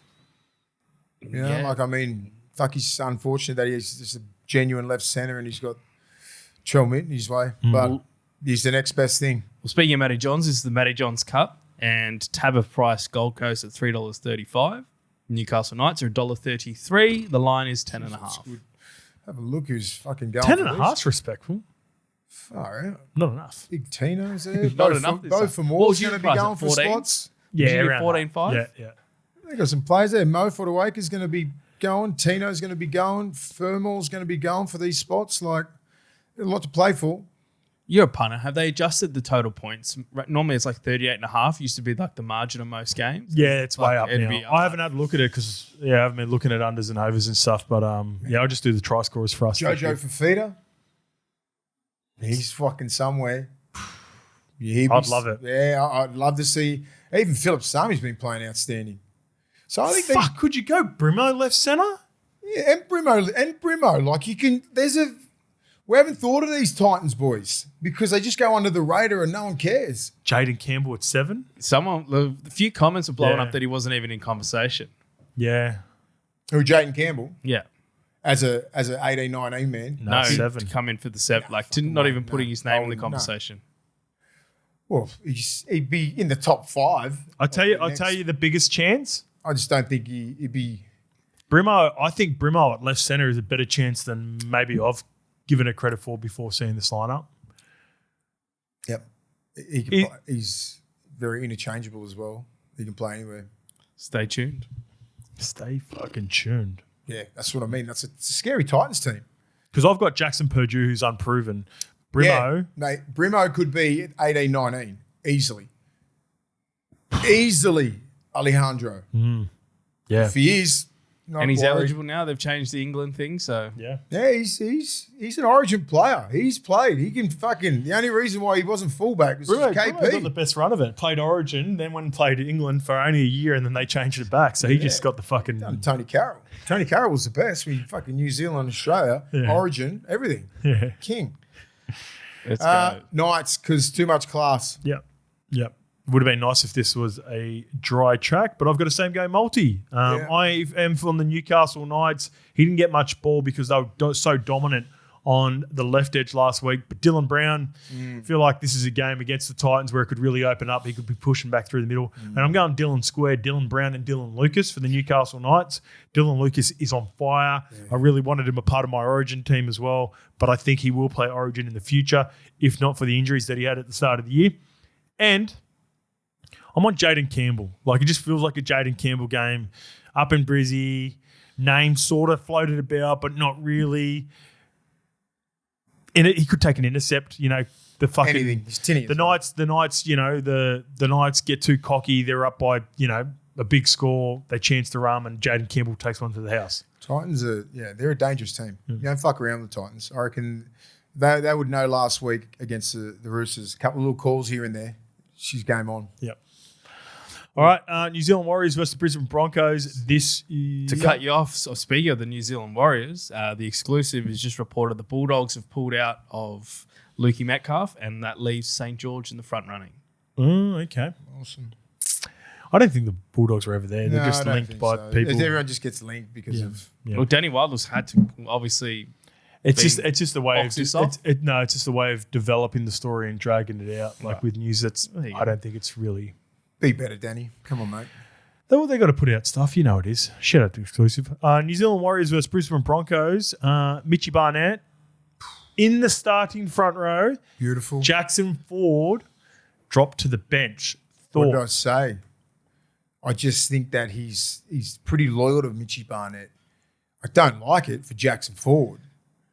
He knows that it's that little trio can play some really big minutes and make some Here's some inroads. Here's my theory. There's two theories. Either Webby's been given the heads up that Mitch Barnett's in and that he needs minutes to get some big minutes into him and he's going to be no matter what. I think that's... Or, alternately, Jackson Ford's been told that he's in. Give him less restrict his minutes because he's played nearly 80 minutes for about 5 or 6 weeks and he just needs to get through this game. I think it's your first one. Yeah. Loz has gone, I need to see him start if I'm going to pick him. And it's because it's a big deal. Like Mitchy's been coming off the bench, like when he was, and he's missed, a couple of little injuries here and there. Yeah, I need to see I need him to go as fucking hard as he can and blow this Broncos team out of the water. Okay, for the Broncos, Phillip Coates will make his debut. Younger brother of Xavier. Is it? Yep. Speaking of Xavier Willison is in the front row, moving from the edge. Jaden Hunt is on the edge Preston now. Ricky's other prop. Yeah, Preston Ricky started last week too. Yeah, him and he's not Jordan's brother, is he? Just no, they're not related. Fucking, you would have swear to God you would have done. Yeah, or unless I heard someone talking about it. Yeah, they're not related, and I thought that was crazy. I always thought they were related. Someone said it in the call, and I'm not taking it as a gospel. I'm not 100% on it, but someone said that they weren't. No, they're not.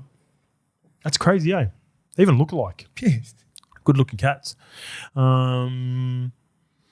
Yeah, so there we go. So those are the changes for the... Oh, and Adam Reynolds is back. Oop, should have highlighted that. Fucking that's massive. That's a big one.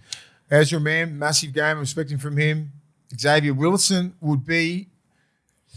Does he... No. He's not. He's a Kiwi, right? Yep. So it doesn't matter. Fuck it. Paddy Carrigan, he'd be looking for a good hit out. They're all just looking for a good... Even if you're guaranteed a spot, you just want a good hit out. Ben Hunt? Ben Hunt, he'd be still going, all right, if you need me, I'm still here. I can Ezra? still make it. Shibasaki? Still make a difference. Yeah, Shiba, fucking Reece Walsh. They want to come into camp firing, right? Off a win, all that sort of stuff. So what about Tanner teams, Boyd? Man, fuck Tanner Boyd. Yeah, exactly. Wade Egan, Mitch Barnett, Capewell. Yeah, they're all going to be playing for something. 3 o'clock is the Warriors march down Caxton Street to the game. We've been invited to that, so we might float around there on the Sunday. What do you mean? What's happening? You're The going Warriors to that? march. The Warriors march down Caxton Street. I got a message From who? just to mention on the show. Just one of the guys that runs it. Yeah, but who? Give him a shout out. Just the Warrior Holics or whatever they're called. Like whatever the Warrior fan account is. Oh, that yeah. Organise the march. Yep. From Lord, whatever the one on the top of the Caxton That's is. cool. All So the way 3 down. o'clock they'll walk down together Yeah. to watch the game? Yeah. Oh, sick. Yeah. So they're also priced at $1.70. Unfortunately, I'll be on the plane head now. I can't You make will that. be. You good? Spew on. You good to go? I'm busy. Warriors Up the waz. $1.70 Warriors Imagine I with joined in. $1.70 Warriors with tab. If you Brisbane. led that would be the fucking best content. That of could be a all time. hucker. We'd probably break the record if we did it there. Brisbane Broncos 2.15 at home, but they're away technically, and it's a 2.5 is the line. Broncos, man. They scare me this game, but I think New Zealand's got a little bit more to play for. A couple of players. And I just think they're just very, very consistent at the moment. And they're not consistent, Bronx. So what did you say? You went Broncos first. You changed No, your mind while you were Warriors. talking. Oh, Warriors. No. But you did say I'm on the Bronx at the start. No. And as you I like the Warriors. No, I Okay. just think I might have talked myself into the Warriors. Anyway, yeah, I like what I'm seeing. They're playing some outstanding football, and it's very consistent. You're not getting, these shitty like win, loss, win, loss. It's like fucking they string a couple of good month of football together. Yep. Started the season well. The indecision in and around Luke Metcalf returning. That's when they all lost around. their 2 games. Yep. And then Then they've got it back together. I finally put on my Good bet. outfit. I'm on the Wires minor premiership. Fucking oath, it's good. I put it on. $10. this week. Yeah. More. 12 at the tab. 12 at the tab. That's good. I've got 12s, yeah. Mate, I love everything about their roster. I love how deep they are. I also think this could be a positive for both Luke Metcalf, who was able to move on, and the Wars, they get through this now. My biggest concern with them was iron sharpens iron. Hated in the halves. Yeah. Now that I know that Webby's locked it in, Tanner Boyd is going to be sticking with him. Chanel Harris-Davida's the 6. Backup is probably most likely going to be now.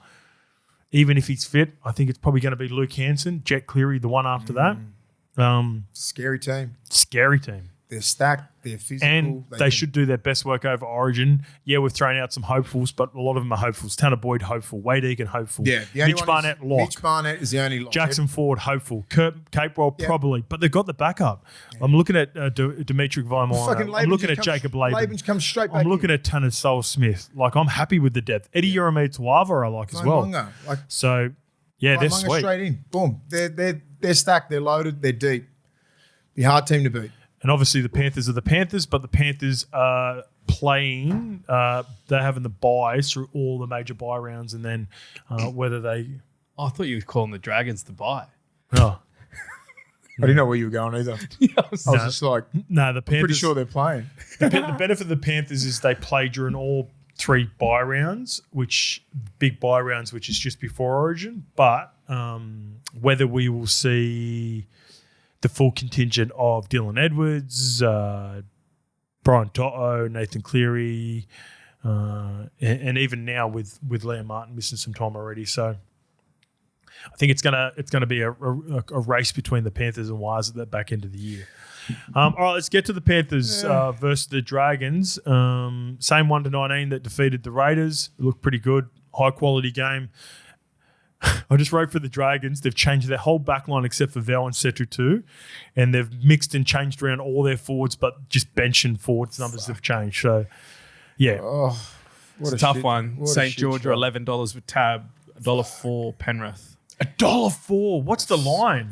28.5. It's pushed. So when we were discussing this on radio on Tuesday, I think it was 24, 25. So there's been a lot of money on the minus. You know a name that didn't get thrown up at all for Origin? Lindsay Smith.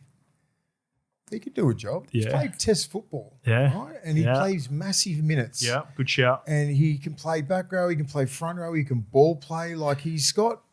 I don't know, but I view Lindsay Smith the same way as I view Mitch Kenny. I think there's too many players in the Origin already where, you know, if you're 50-50 on an option, they end up missing out because the fans will blow up and go, well, fuck, we've got Spencer, the Penrith Blues or something. Spencer or you take Lindsay because you're going to get like pretty limited minutes. And I want that fucking Spencer Lanu hit from us. You know, like think about a couple of years ago what Spencer did to that team. Every time he gets the ball, he fucking destroys people, knocks people out. I love it. I'm not even thinking about this game. Panthers just buy fucking. Who cares? I just want the main players to get through the game without injury. Could this be the magic of Magic Round?